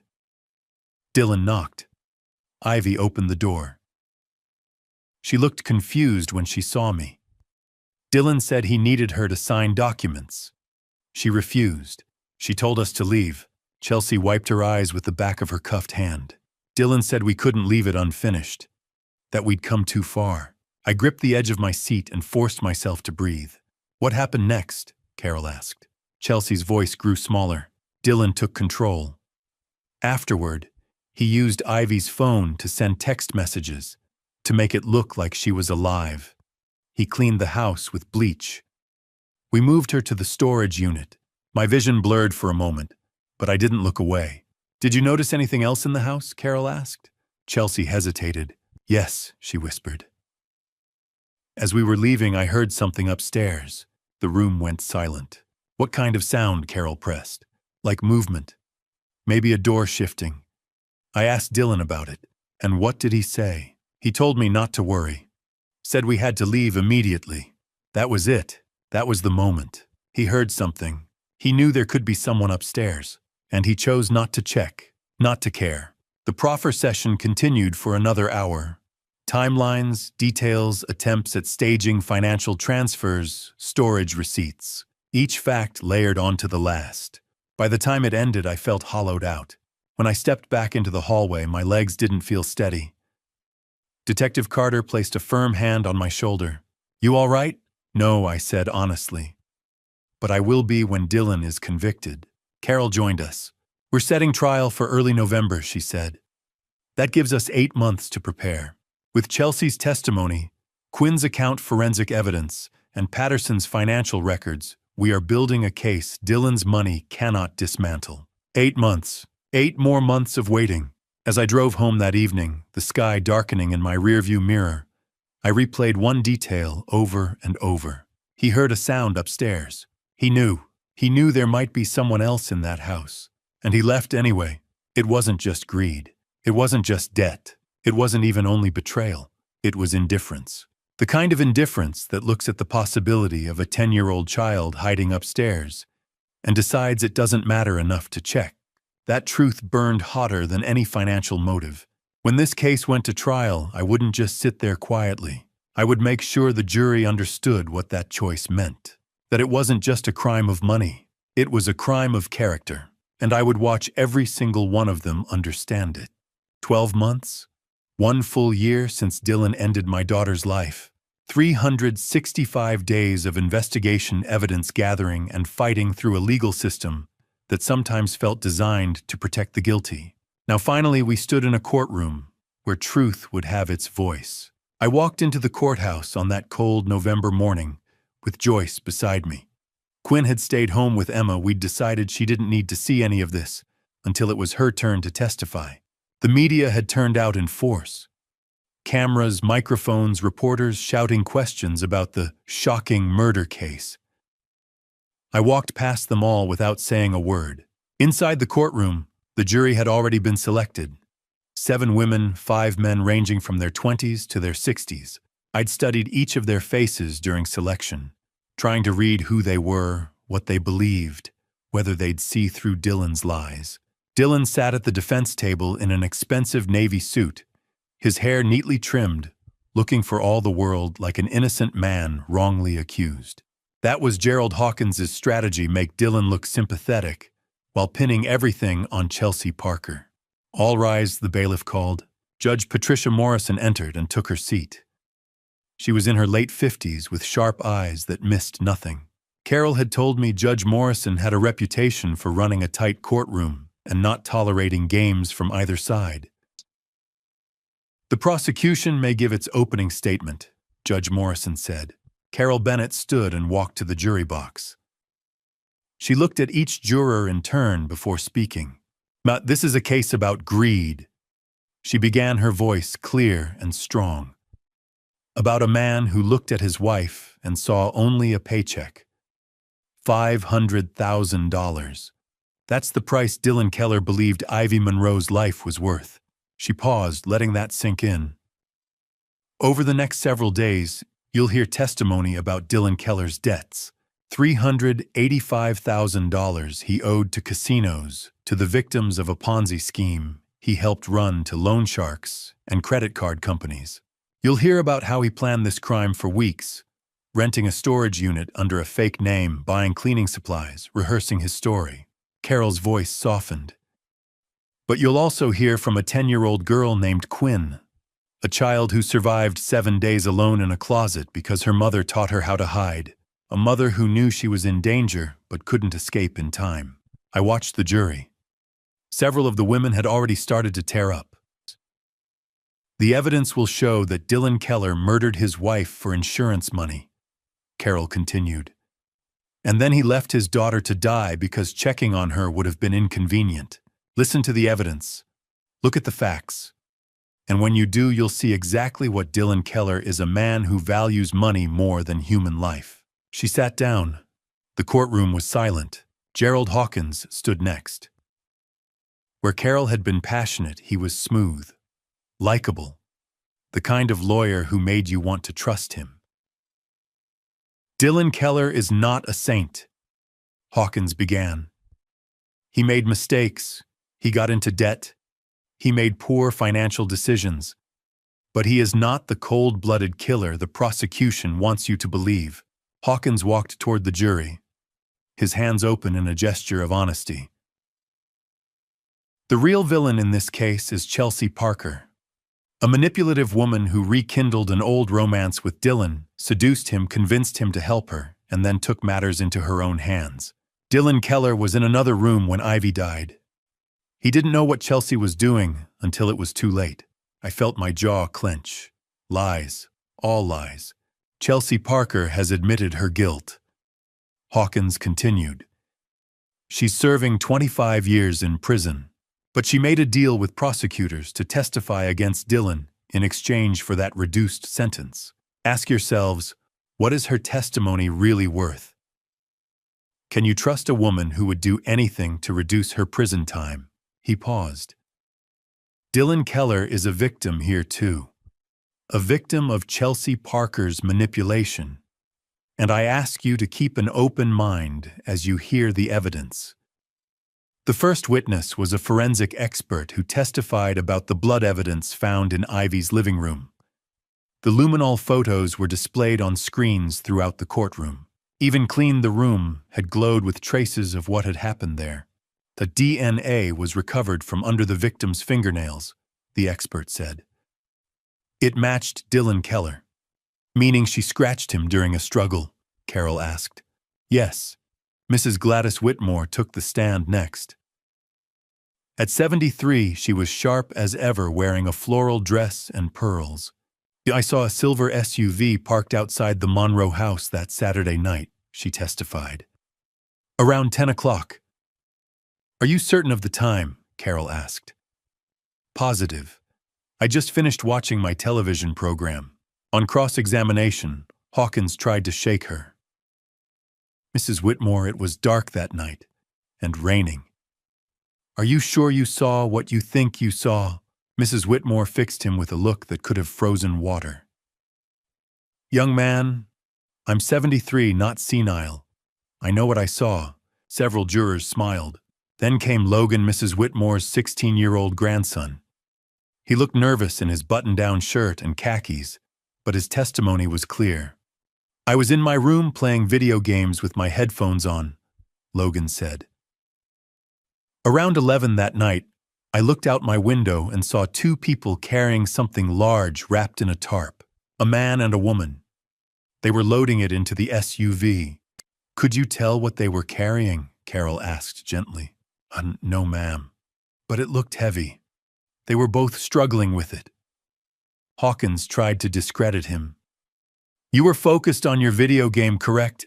Yes, sir. But I remember because they looked suspicious, like they were trying not to be seen. The second day of trial brought more emotional testimony. Joyce Wallace took the stand, dabbing at her eyes with a tissue. Ivy came to me 2 weeks before she died, Joyce said. She told me Dylan was demanding she increase her life insurance to $750,000. She refused. She was afraid of him. Did you see any signs of physical abuse? Carol asked. Yes. I saw bruises on her arm. When I asked, she said she'd fallen. But I knew better. I should have done more to help her. Courtney Mills testified next, showing text messages Ivy had sent her. I need to get Quinn and me out safely, one read. Another said, I'm planning to file for divorce, but I'm scared of what Dylan will do. Finally, Dr. Joyce Hamilton took the stand. She'd been Ivy's mentor when she'd first started nursing. I trained that girl. Dr. Hamilton said, her voice thick with emotion. I loved her like a daughter, and over the last 6 months I watched her become withdrawn, quiet, not herself. Oh, did you ever speak to her about it? Carol asked. Once. I asked her if everything was all right at home. She looked at me and said, Dr. Hamilton, please pray for me. I watched the jury throughout all of it, watched their faces change as each witness testified. Some seemed increasingly skeptical of Dylan's innocent appearance. Others still looked sympathetic, wanting to believe Hawkins's story about manipulation and victimhood. But patterns were emerging. Doubt was creeping in. I needed them to see what I saw: a man who'd looked at his wife and seen only a check waiting to be cashed. When court adjourned on the second day, Carol approached the bench. "Your Honor, tomorrow morning we call Quinn Monroe to the stand." The courtroom buzzed with whispers. Dylan's lawyer immediately objected, arguing that the child was too young, too traumatized. Judge Morrison overruled him. "The witness will testify," she said firmly. That night I held Quinn as she cried. "I don't want to see him, Grandpa." She sobbed into my shoulder. I know, sweetheart," I said, stroking her hair. "But your mother taught you to be brave. Tomorrow we need that bravery one more time. For her. Before I tell you what Quinn said on that witness stand, I need to feel you here with me. A 10-year-old little girl is about to face her own father in open court and speak the truth about what he did. That kind of courage is rare. That kind of courage changes everything. If you believe her strength deserves to be honored, type 10 in the comments below. Let me see that you're standing with her. And just a gentle reminder, this story contains certain fictionalized elements for reflection and educational purposes. If at any point it feels too heavy, you're free to step away.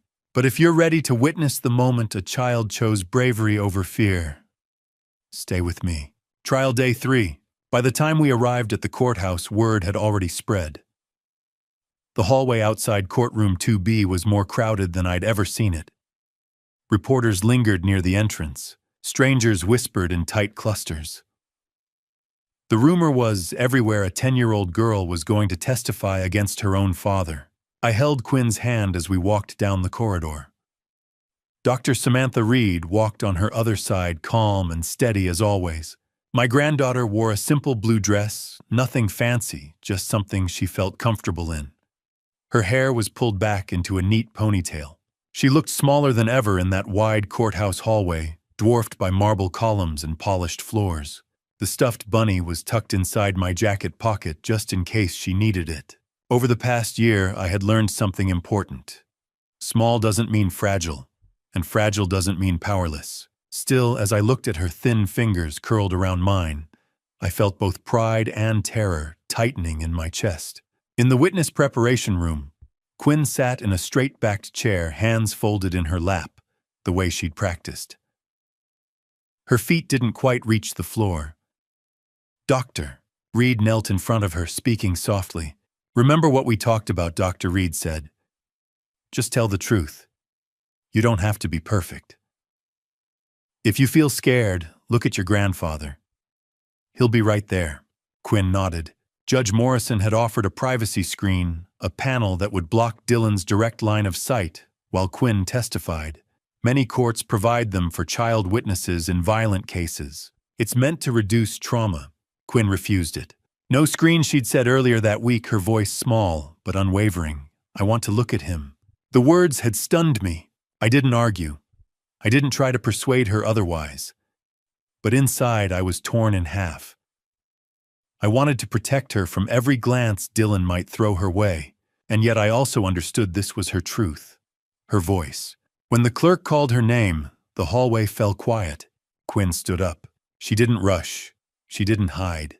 She walked into that courtroom with her chin slightly lifted, even though I could see her hands trembling at her sides. I followed a few steps behind and took my seat in the front row. Dylan sat at the defense table in a gray suit, expression carefully composed. Too composed. His jaw was tight, his eyes unreadable. The clerk helped Quinn climb into the witness chair.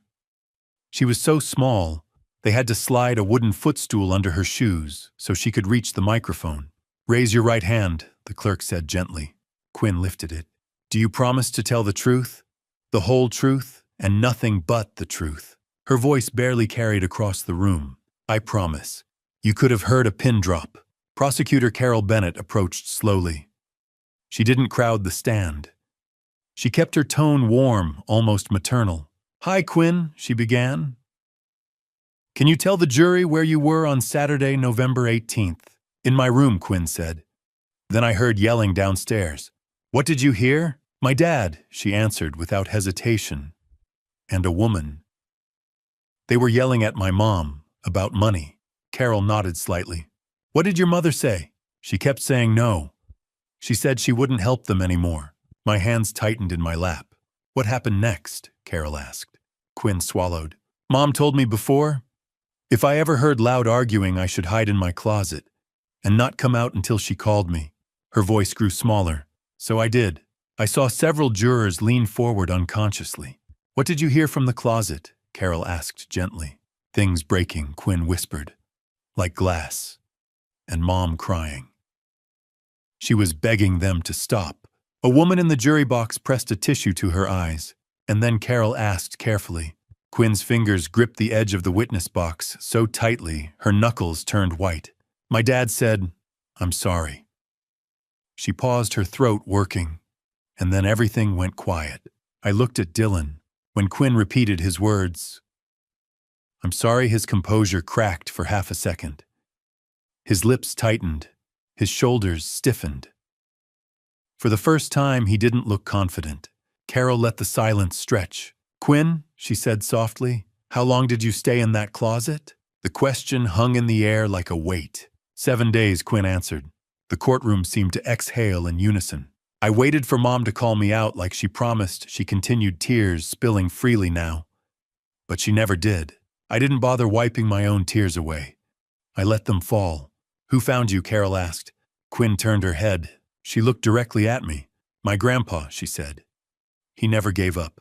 My chest broke open right there in that courtroom. Throughout her testimony, Dylan kept trying to look at her. It wasn't overt, just small glances, subtle attempts to catch her eye. A silent pressure, Judge Morrison noticed. Mr. Keller, she said sharply, face forward. Do not look at the witness. Dylan's attorney, Gerald Hawkins, placed a hand on his arm and whispered something. Dylan reluctantly shifted his gaze. When Carol finished, Hawkins stood for cross-examination. He approached carefully, like someone stepping onto thin ice. Quinn, he began, voice measured and soft. I know this is very difficult. You were scared that night. It was dark. Is it possible you misunderstood what you heard? Quinn looked at him steadily. I know my dad's voice. Hawkins blinked. And sometimes when we're frightened, he continued gently, we can imagine things. I know when he's lying, Quinn said. The interruption rippled through the room. Why would you say that? Hawkins asked. Because he lied to my grandpa, she replied simply.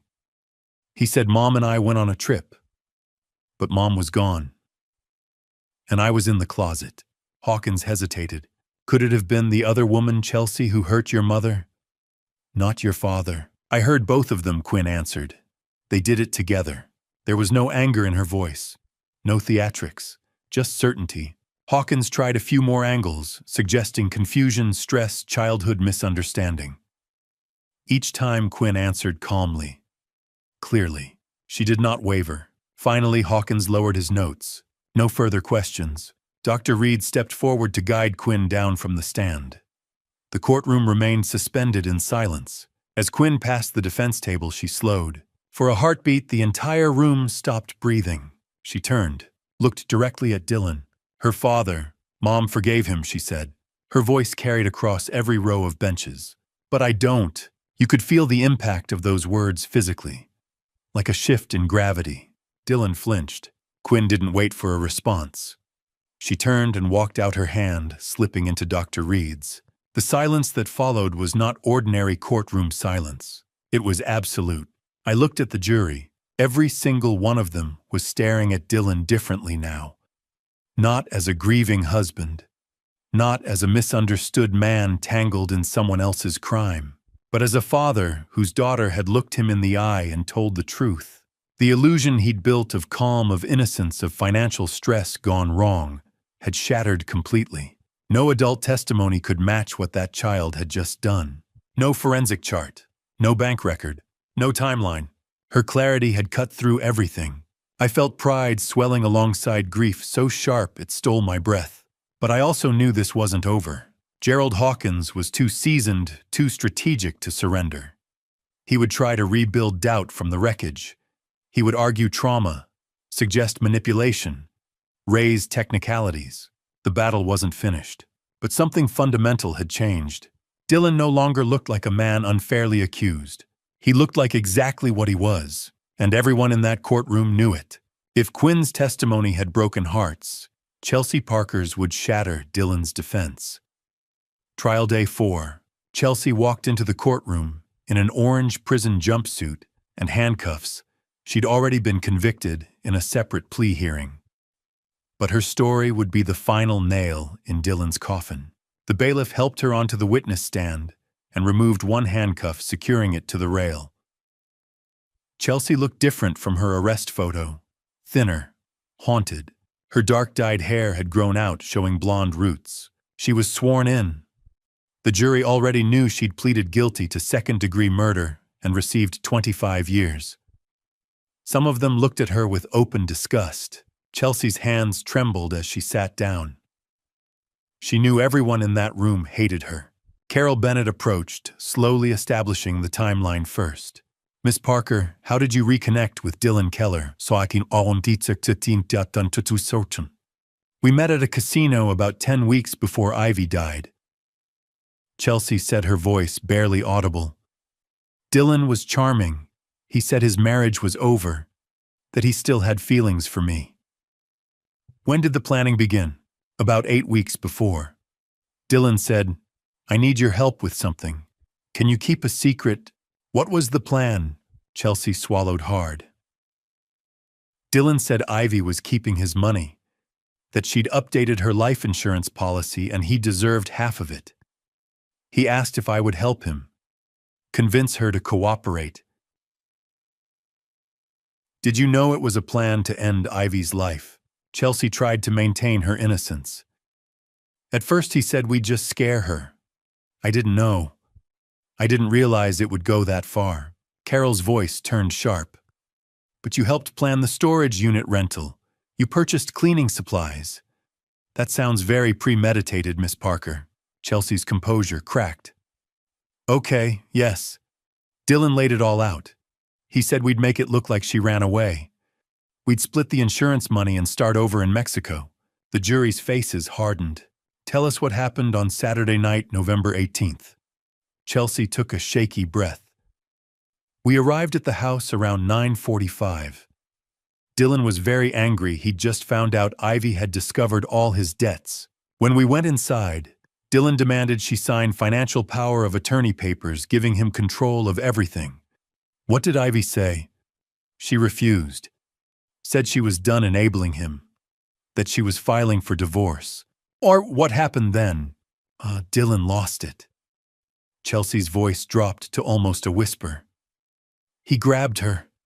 She tried to fight back. I helped hold her while she struggled. Dylan said, if you won't help me willingly, I'll do it another way. And we took her last breath. The courtroom fell into horrified silence. Carol let that sink in before asking the question that mattered most. What happened after Ivy died?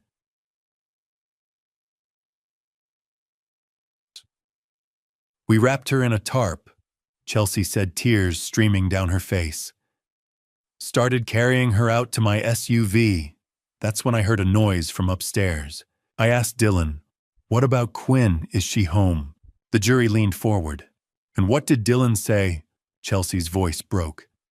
He said, and I'll never forget this, she's probably at a sleepover.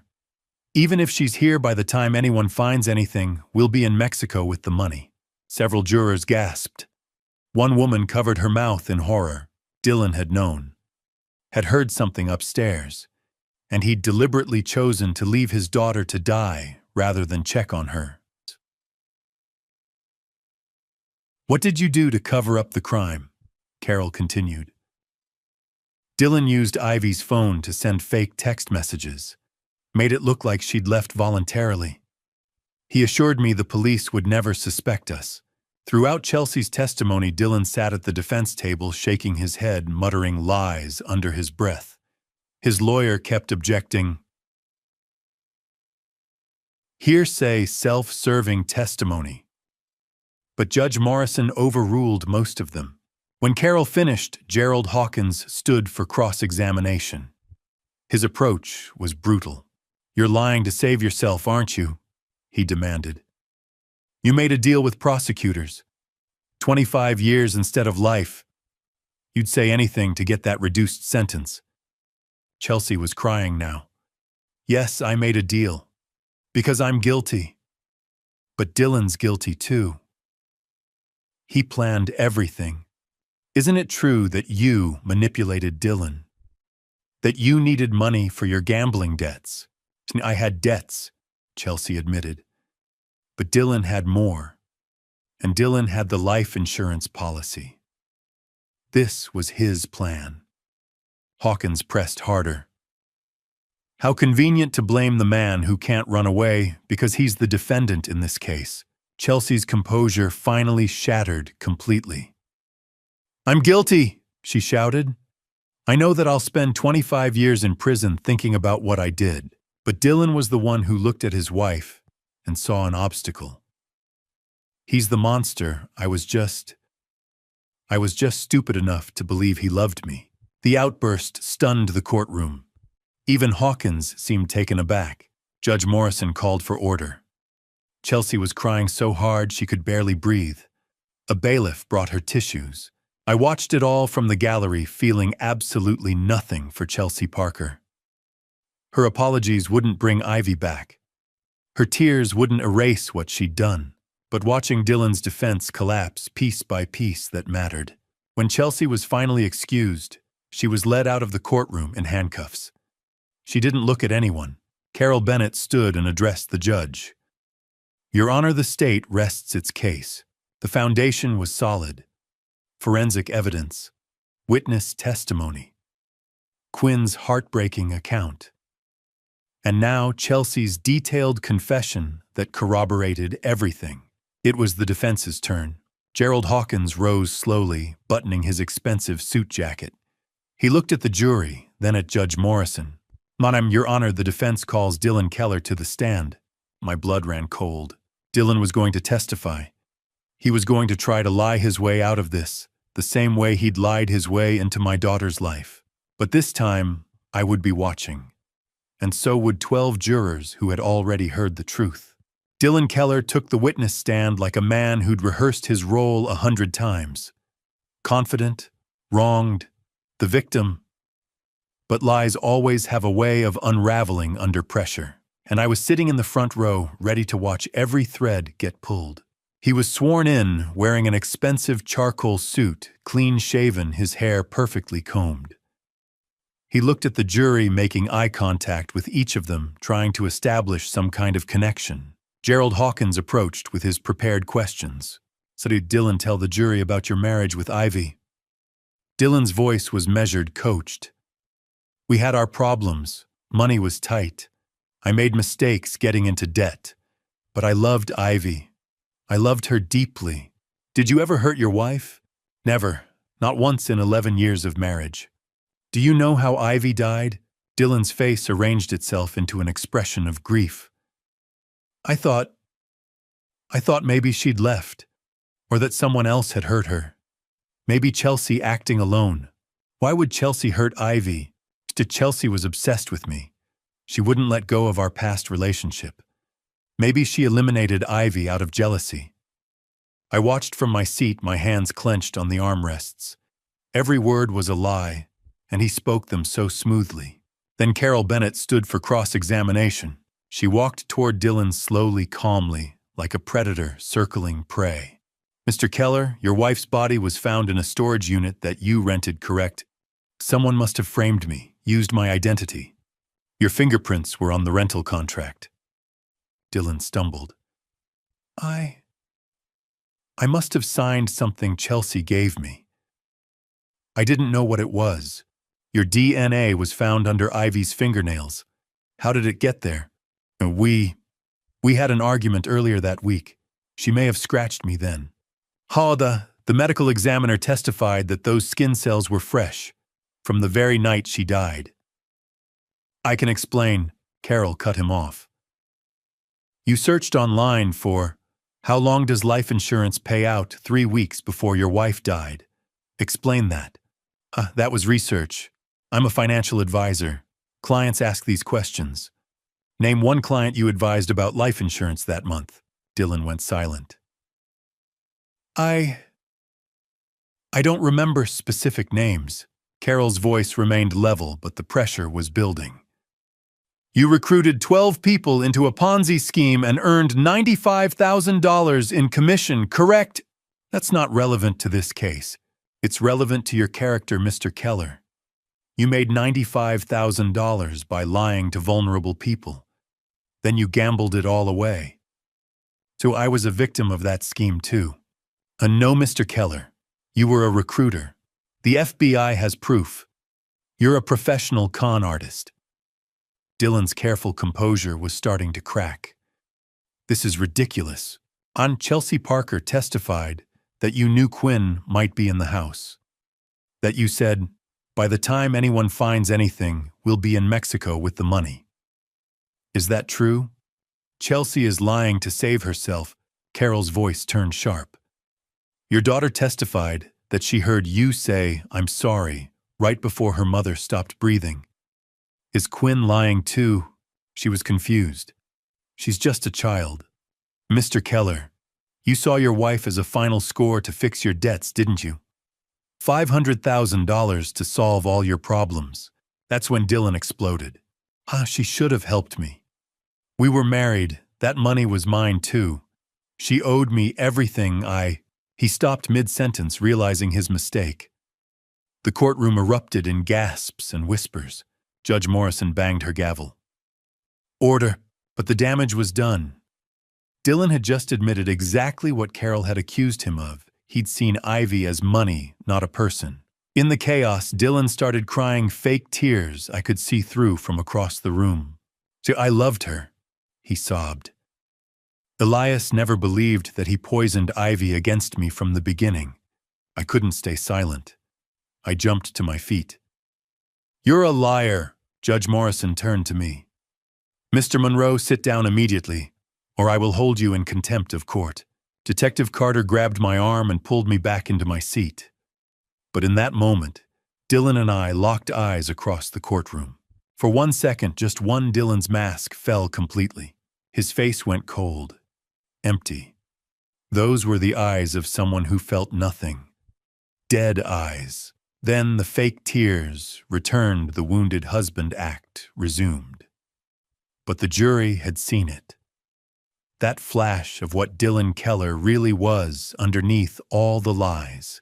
Gerald Hawkins tried to salvage things with redirect examination, asking softball questions to give Dylan a chance to explain. But it was too late. Every answer Dylan gave now sounded hollow, desperate. When Dylan was finally excused and led back to the defense table, he was shaking. Judge Morrison addressed both sides. Closing arguments will begin tomorrow morning at 9 a.m. Court is adjourned. As the bailiff called for everyone to rise, I watched Dylan lean over and whisper frantically to Gerald Hawkins. The panic was clear in his eyes. He knew what I knew. His lies had finally caught up with him. Hawkins shook his head at whatever Dylan was asking. No. Whatever desperate play Dylan wanted to make, it wasn't going to happen. Tomorrow the jury would begin deliberations, and I'd spent 12 months making sure they would see the truth. Day 8 of trial. Closing arguments. The air inside the courtroom felt heavier than it had all week, as if every word spoken over the last year had settled into the walls and refused to leave. 8 days of testimony, months of preparation. A year of grief sharpened into purpose. This was the moment everything led to. Prosecutor Carol Bennett rose first. She didn't shuffle papers. She didn't pace. She stood in the center of the courtroom, hands resting lightly on the edge of the prosecution table, and let the silence gather around her. Dylan Keller planned this murder for 2 months. She began, her voice steady but resonant. He studied the insurance policies. He calculated the debt. He recruited Chelsea Parker. He secured a storage unit. He bought cleaning supplies. She took a step toward the jury. This was not a crime of passion. This was not an accident. This was a financial strategy. Her words cut clean and precise. He stood in that living room and took away Ivy Monroe's final breath. Then he left his 10-year-old daughter upstairs alone, without food, without water, without help, for 7 days. You could hear someone stifle a sob in the gallery. For $500,000, Carol continued. That is the price he assigned to his wife's life. She paused, letting that number hang in the air like a weight. Do not let him walk away from that decision. Do not let calculated greed hide behind excuses. Hold him accountable. She sat down. Defense attorney Gerald Hawkins stood slowly smoothing the front of his suit jacket, as though resetting the tone of the room. Dylan Keller is guilty of debt, he began evenly. Guilty of poor judgment. Guilty of trusting the wrong person. He gestured subtly toward Dylan, but premeditated murder. The state wants you to believe that everything lines up perfectly. It does not. He paced once before the jury. Chelsea Parker is the one who struck the fatal blow. She is the one cutting a deal. She is the one who benefits most from shifting blame.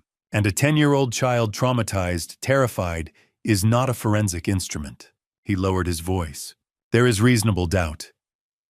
And if there is reasonable doubt, your duty is clear. He returned to his seat. I watched the jurors carefully. Some faces were set firm, resolute, others unreadable. A few looked torn. Judge Patricia Morrison adjusted her glasses and lifted her gavel. Before the jury begins deliberation, she said, I am allowing Mr. Elias Monroe to address the court. My name echoed through the room. My legs felt unsteady as I stood. The walk to the front of the courtroom seemed longer than it should have been. I gripped the podium. My name is Elias Monroe, I began. My voice trembled, but I did not stop. Ivy Monroe was my only daughter. I looked toward the jury. For 34 years, she was the center of my world. She was kind. She was stubborn. She was a nurse who stayed late to comfort strangers. I turned my head slightly and met Dylan's eyes. Dylan Keller didn't just take her life. He destroyed my granddaughter's childhood. My throat tightened, but I forced the words out. He left a 10-year-old child alone in a closet for 7 days.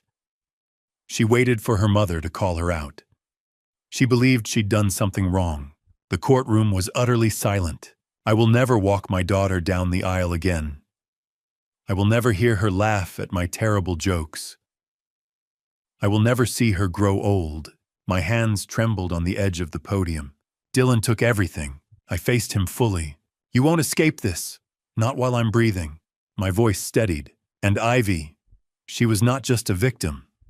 She was a mother who loved her child so much, she prepared her to survive even if she couldn't. I swallowed. That is her legacy. Not how she died, but the love she left behind. When I stepped back, I didn't wipe the tears from my face. Several jurors were crying openly. The judge dismissed the jury at 2 o'clock. Deliberations will begin immediately. And then came the waiting. Joyce Wallace stood with me in the courthouse hallway. Quinn had stayed home with Emma, Dr. Reed's assistant, shielded from this final stretch. 3 o'clock, 4, 5. Each minute stretched thin and brittle. What if they don't believe us? I murmured once. Detective Noah Carter stood nearby, arms folded. They believe, he said quietly. I saw their faces when Dylan testified. They saw him. 6 o'clock, 7. The courthouse gradually emptied. Staff moved quietly through the halls. Reporters lingered near the courtroom doors. At 8 p.m., a bailiff stepped into the hallway. They've reached a verdict. Everything inside me went still. We returned to the courtroom. Dylan sat rigid at the defense table, hands clasped so tightly his knuckles were pale. Judge Morrison looked at the foreperson. Has the jury reached a verdict? The foreperson, a woman in her 50s with silver hair and steady eyes, stood. We have your honor. I felt my pulse in my throat. In the case of the state of Tennessee versus Dylan Keller on the charge of premeditated murder resulting in death, how do you find? Her voice did not waver. We find the defendant guilty. The word reverberated. A sound escaped my chest that I didn't recognize as my own. The judge continued. On the charge of conspiracy to commit murder, guilty. on the charge of child endangerment. Guilty. Each count, each affirmation. Guilty. Dylan's face shifted from disbelief to fury. His jaw worked as though he were biting back words. His attorney rose quickly. "We will be filing an immediate appeal." Judge Morrison's voice was firm, noted. 2 weeks later, we returned for sentencing. The courtroom was quieter this time. No anticipation, only finality. Judge Morrison read from prepared remarks. "Dylan Keller, you have been found guilty by a jury of your peers of the premeditated murder of Ivy Monroe for financial gain." Her eyes fixed on him. "You have demonstrated no remorse. You left your daughter in a position where she could have died. You manipulated those around you for your own benefit." She paused. "I sentence you to life in prison without the possibility of parole." Dylan erupted. "This is wrong, I didn't." 2 officers were already at his side. They restrained him as he shouted, voice cracking with rage and desperation. The sound echoed as he was dragged from the courtroom. Chelsea Parker received 25 years eligible for parole after 20. When Dylan was led past me in chains, he turned his head. For a moment our eyes met. I did not look away. I wanted him to see that this was the consequence of his choices, that he had not broken us. Outside the courthouse, reporters surged forward. "Mr. Monroe, how do you feel?" Microphones hovered inches from my face. I said nothing. There were no words that would matter more than the verdict already spoken. I walked past them. Joyce stood near the steps, holding Quinn's hand. When my granddaughter saw me, she ran. She collided with my chest and wrapped her arms around me. "Is it over, Grandpa?" she whispered. I held her tightly. "Yes," I said softly. "It's over. He can never hurt anyone again." She pressed her face into my shoulder. "Can we go home?" Home. Not the house in Tennessee. Not the silent one on Oakwood Drive. But somewhere new. Somewhere we would build together. I rested my chin against the top of her head. "Yes, sweetheart," I whispered. "Let's go home." 6 months after Dylan Keller was sentenced to life in prison, people still ask me, "How do you move forward after something like that?" The answer is never simple. You don't move on from losing a child. You learn to carry it differently. You find new reasons to wake up each morning. For me, that reason has a name, Quinn. We built a new life together in Tennessee. I renovated my house for her, painted her bedroom soft blue, installed shelves for her books and drawings. She started 5th grade at the local elementary school. Her best friend is Emma Joyce Wallace's daughter. Every Saturday, they take art classes together. Therapy with Dr. Samantha Reed continues now monthly instead of weekly. The nightmares come maybe once a month instead of every night. She laughs more. God, I treasure that sound. She still keeps her stuffed bunny but doesn't clutch it constantly. She talks about Ivy openly. "Grandpa, remember when Mom taught me to make pancakes?" She's learning she can be happy without feeling guilty. My own healing is messier. The pain is still there, but the edges have softened. I found purpose in raising Quinn, in honoring Ivy's memory. Sunday dinners at Joyce's house became our tradition. I started teaching electrical work part-time again. And one Saturday morning in the garage, I found myself teaching Quinn the same way I'd taught her mother decades before. Quinn sat on a wooden stool, small hands covered in grease face, scrunched in concentration, as she studied the lamp we were fixing. She looked exactly like Ivy at that age. "This blue wire connects to the neutral," I explained. "See, because everything needs a path to return to right," she said. I smiled through the ache. "Exactly, sweetheart. You sound just like your mom. Is that okay? That's the best thing you could possibly be." We worked in silence before she asked, "Grandpa, why does Miss Joyce help us so much they didn't have to?" I set down my tools. "Because your mother loved people so well, sweetheart. She took care of Joyce when Joyce's husband was sick. She was always there for everyone. And when you love people well, they love you back." Quinn frowned. "But Mom's gone. How can they still love her?" Love doesn't disappear when someone dies. It just grows. Like an electrical current, it keeps flowing through everyone who's connected. Her face brightened. So we're all connected, like wires. Exactly like wires. Later that week, I visited Ivy's grave alone. The small cemetery was quiet, peaceful. I sat beside the headstone tracing her name. "I got justice for you, baby girl," I whispered. "Dylan will spend the rest of his life in a cell. I hope it haunts him every day." My voice cracked. "Quinn's doing okay. She's strong like you. I'm teaching her electrical work. She's good at it. Smart just like her mother. I miss you every day, but I'm taking care of her. I promise." People ask how I keep going. The answer is simple. I have to. For Quinn. For Ivy's memory. Dylan took my daughter, but he couldn't take our love. He couldn't take our family. He couldn't take our hope. The pain doesn't disappear. You just learn to carry it differently. Quinn asks about her mother often. We talk about Ivy, the skilled nurse, the loving mother, the woman who taught her child how to survive, even when she couldn't survive herself. That's Ivy's legacy. Not how she died, but how she lived, how she loved, how she prepared her daughter for a world without her. Every Friday at 6 o'clock, I still expect the phone to ring. Of course it doesn't. But sometimes when Quinn's laughing in the next room or showing me something she built, I feel Ivy here. In the sunlight through the window, in the warmth of family at Joyce's table, in the connections that death cannot sever. Back in the garage, Quinn finished wiring the lamp. She plugged it in and flipped the switch. Light flooded the workspace. "I did it. It works," she shouted. "You certainly did, sweetheart. Your mom would be so proud." She threw her arms around me. "I love you, Grandpa. I love you too, Quinn. Always. And to you who stayed until the very end of this family story, I want to leave you with something deeper than a verdict. I spent a full year chasing justice for my daughter. One long, relentless year of courtrooms, evidence, sleepless nights, and memories that refused to fade. In the end, justice came. Dylan Keller will spend the rest of his life behind prison walls. The system worked. The truth prevailed. But if I could step back into the past, into that uneasy moment at the wedding, into those strained phone calls where Ivy's voice felt just a little too tight, I would tell myself one thing: trust your instincts sooner.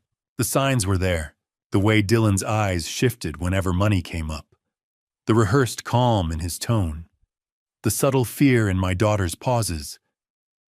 I saw it all, but I softened it.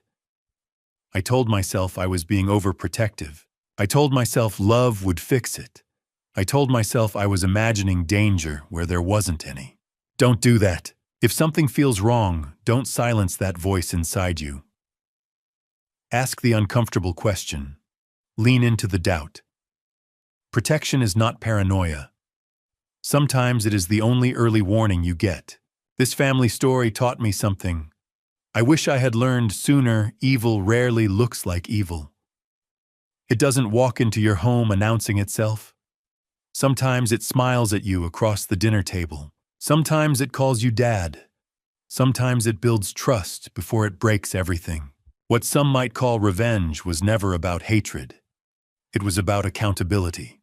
It was about protecting my granddaughter and making sure the man who destroyed our lives could never hurt another soul. But here's the truth. No one tells you in Grandpa's stories justice does not rewind time. It does not return laughter to an empty kitchen. It does not bring back a daughter's voice on Friday evenings. What it does is stop the darkness from spreading further. And in that there is purpose. When I look back on this family story, I see something even stronger than tragedy. I see Ivy's love. She prepared Quinn not just to survive 7 days hidden in a closet, but to survive a lifetime without her. She sensed the danger closing in, and in the only way she could, she built a bridge for her child to cross into safety. That is the power of a mother's love. It outlives fear. It outlives violence. It even outlives death. In chasing justice, I learned something else. Justice is not just punishment. It is preservation. It is saying the life that was taken mattered. It is refusing to let the story end with cruelty. That is the heart of Grandpa stories like this one, not vengeance but protection, not rage but responsibility. And along the way, God placed people in our path. Joyce Wallace, who never left our side. Detective Noah Carter, who refused to cut corners. Dr. Samantha Reed, who helped Quinn find her voice again. I still don't understand why Ivy's life had to end the way it did. I may never understand that part of this family story. But I do know this: we were not abandoned in the aftermath. Strength arrived in unexpected forms. Grace showed up in human hands. If you take anything from these grandpa stories, let it be this: listen to your gut. If a relationship feels unsafe, don't dismiss it. If you sense control, secrecy, manipulation, shine light on it. Ask questions, seek help, speak up. A father or a grandfather should never have to fight for justice after the fact. We should be brave enough to act before tragedy strikes. If this family story moved, you share it with someone who might need the reminder. Leave a comment telling me what stayed with you. And if you value grandpa stories that confront darkness but choose hope, consider subscribing. Your support helps these stories reach others who may be standing at a crossroads, unsure whether to trust their instincts. One final note. As with many grandpa stories shared here, certain elements may be shaped for reflection and storytelling purposes. Any resemblance to real individuals or places is coincidental. If this content feels too heavy for you, please step away and care for your heart. Take care of yourselves and take care of the people you love. Because love, real love, is the current that keeps flowing long after everything else goes dark.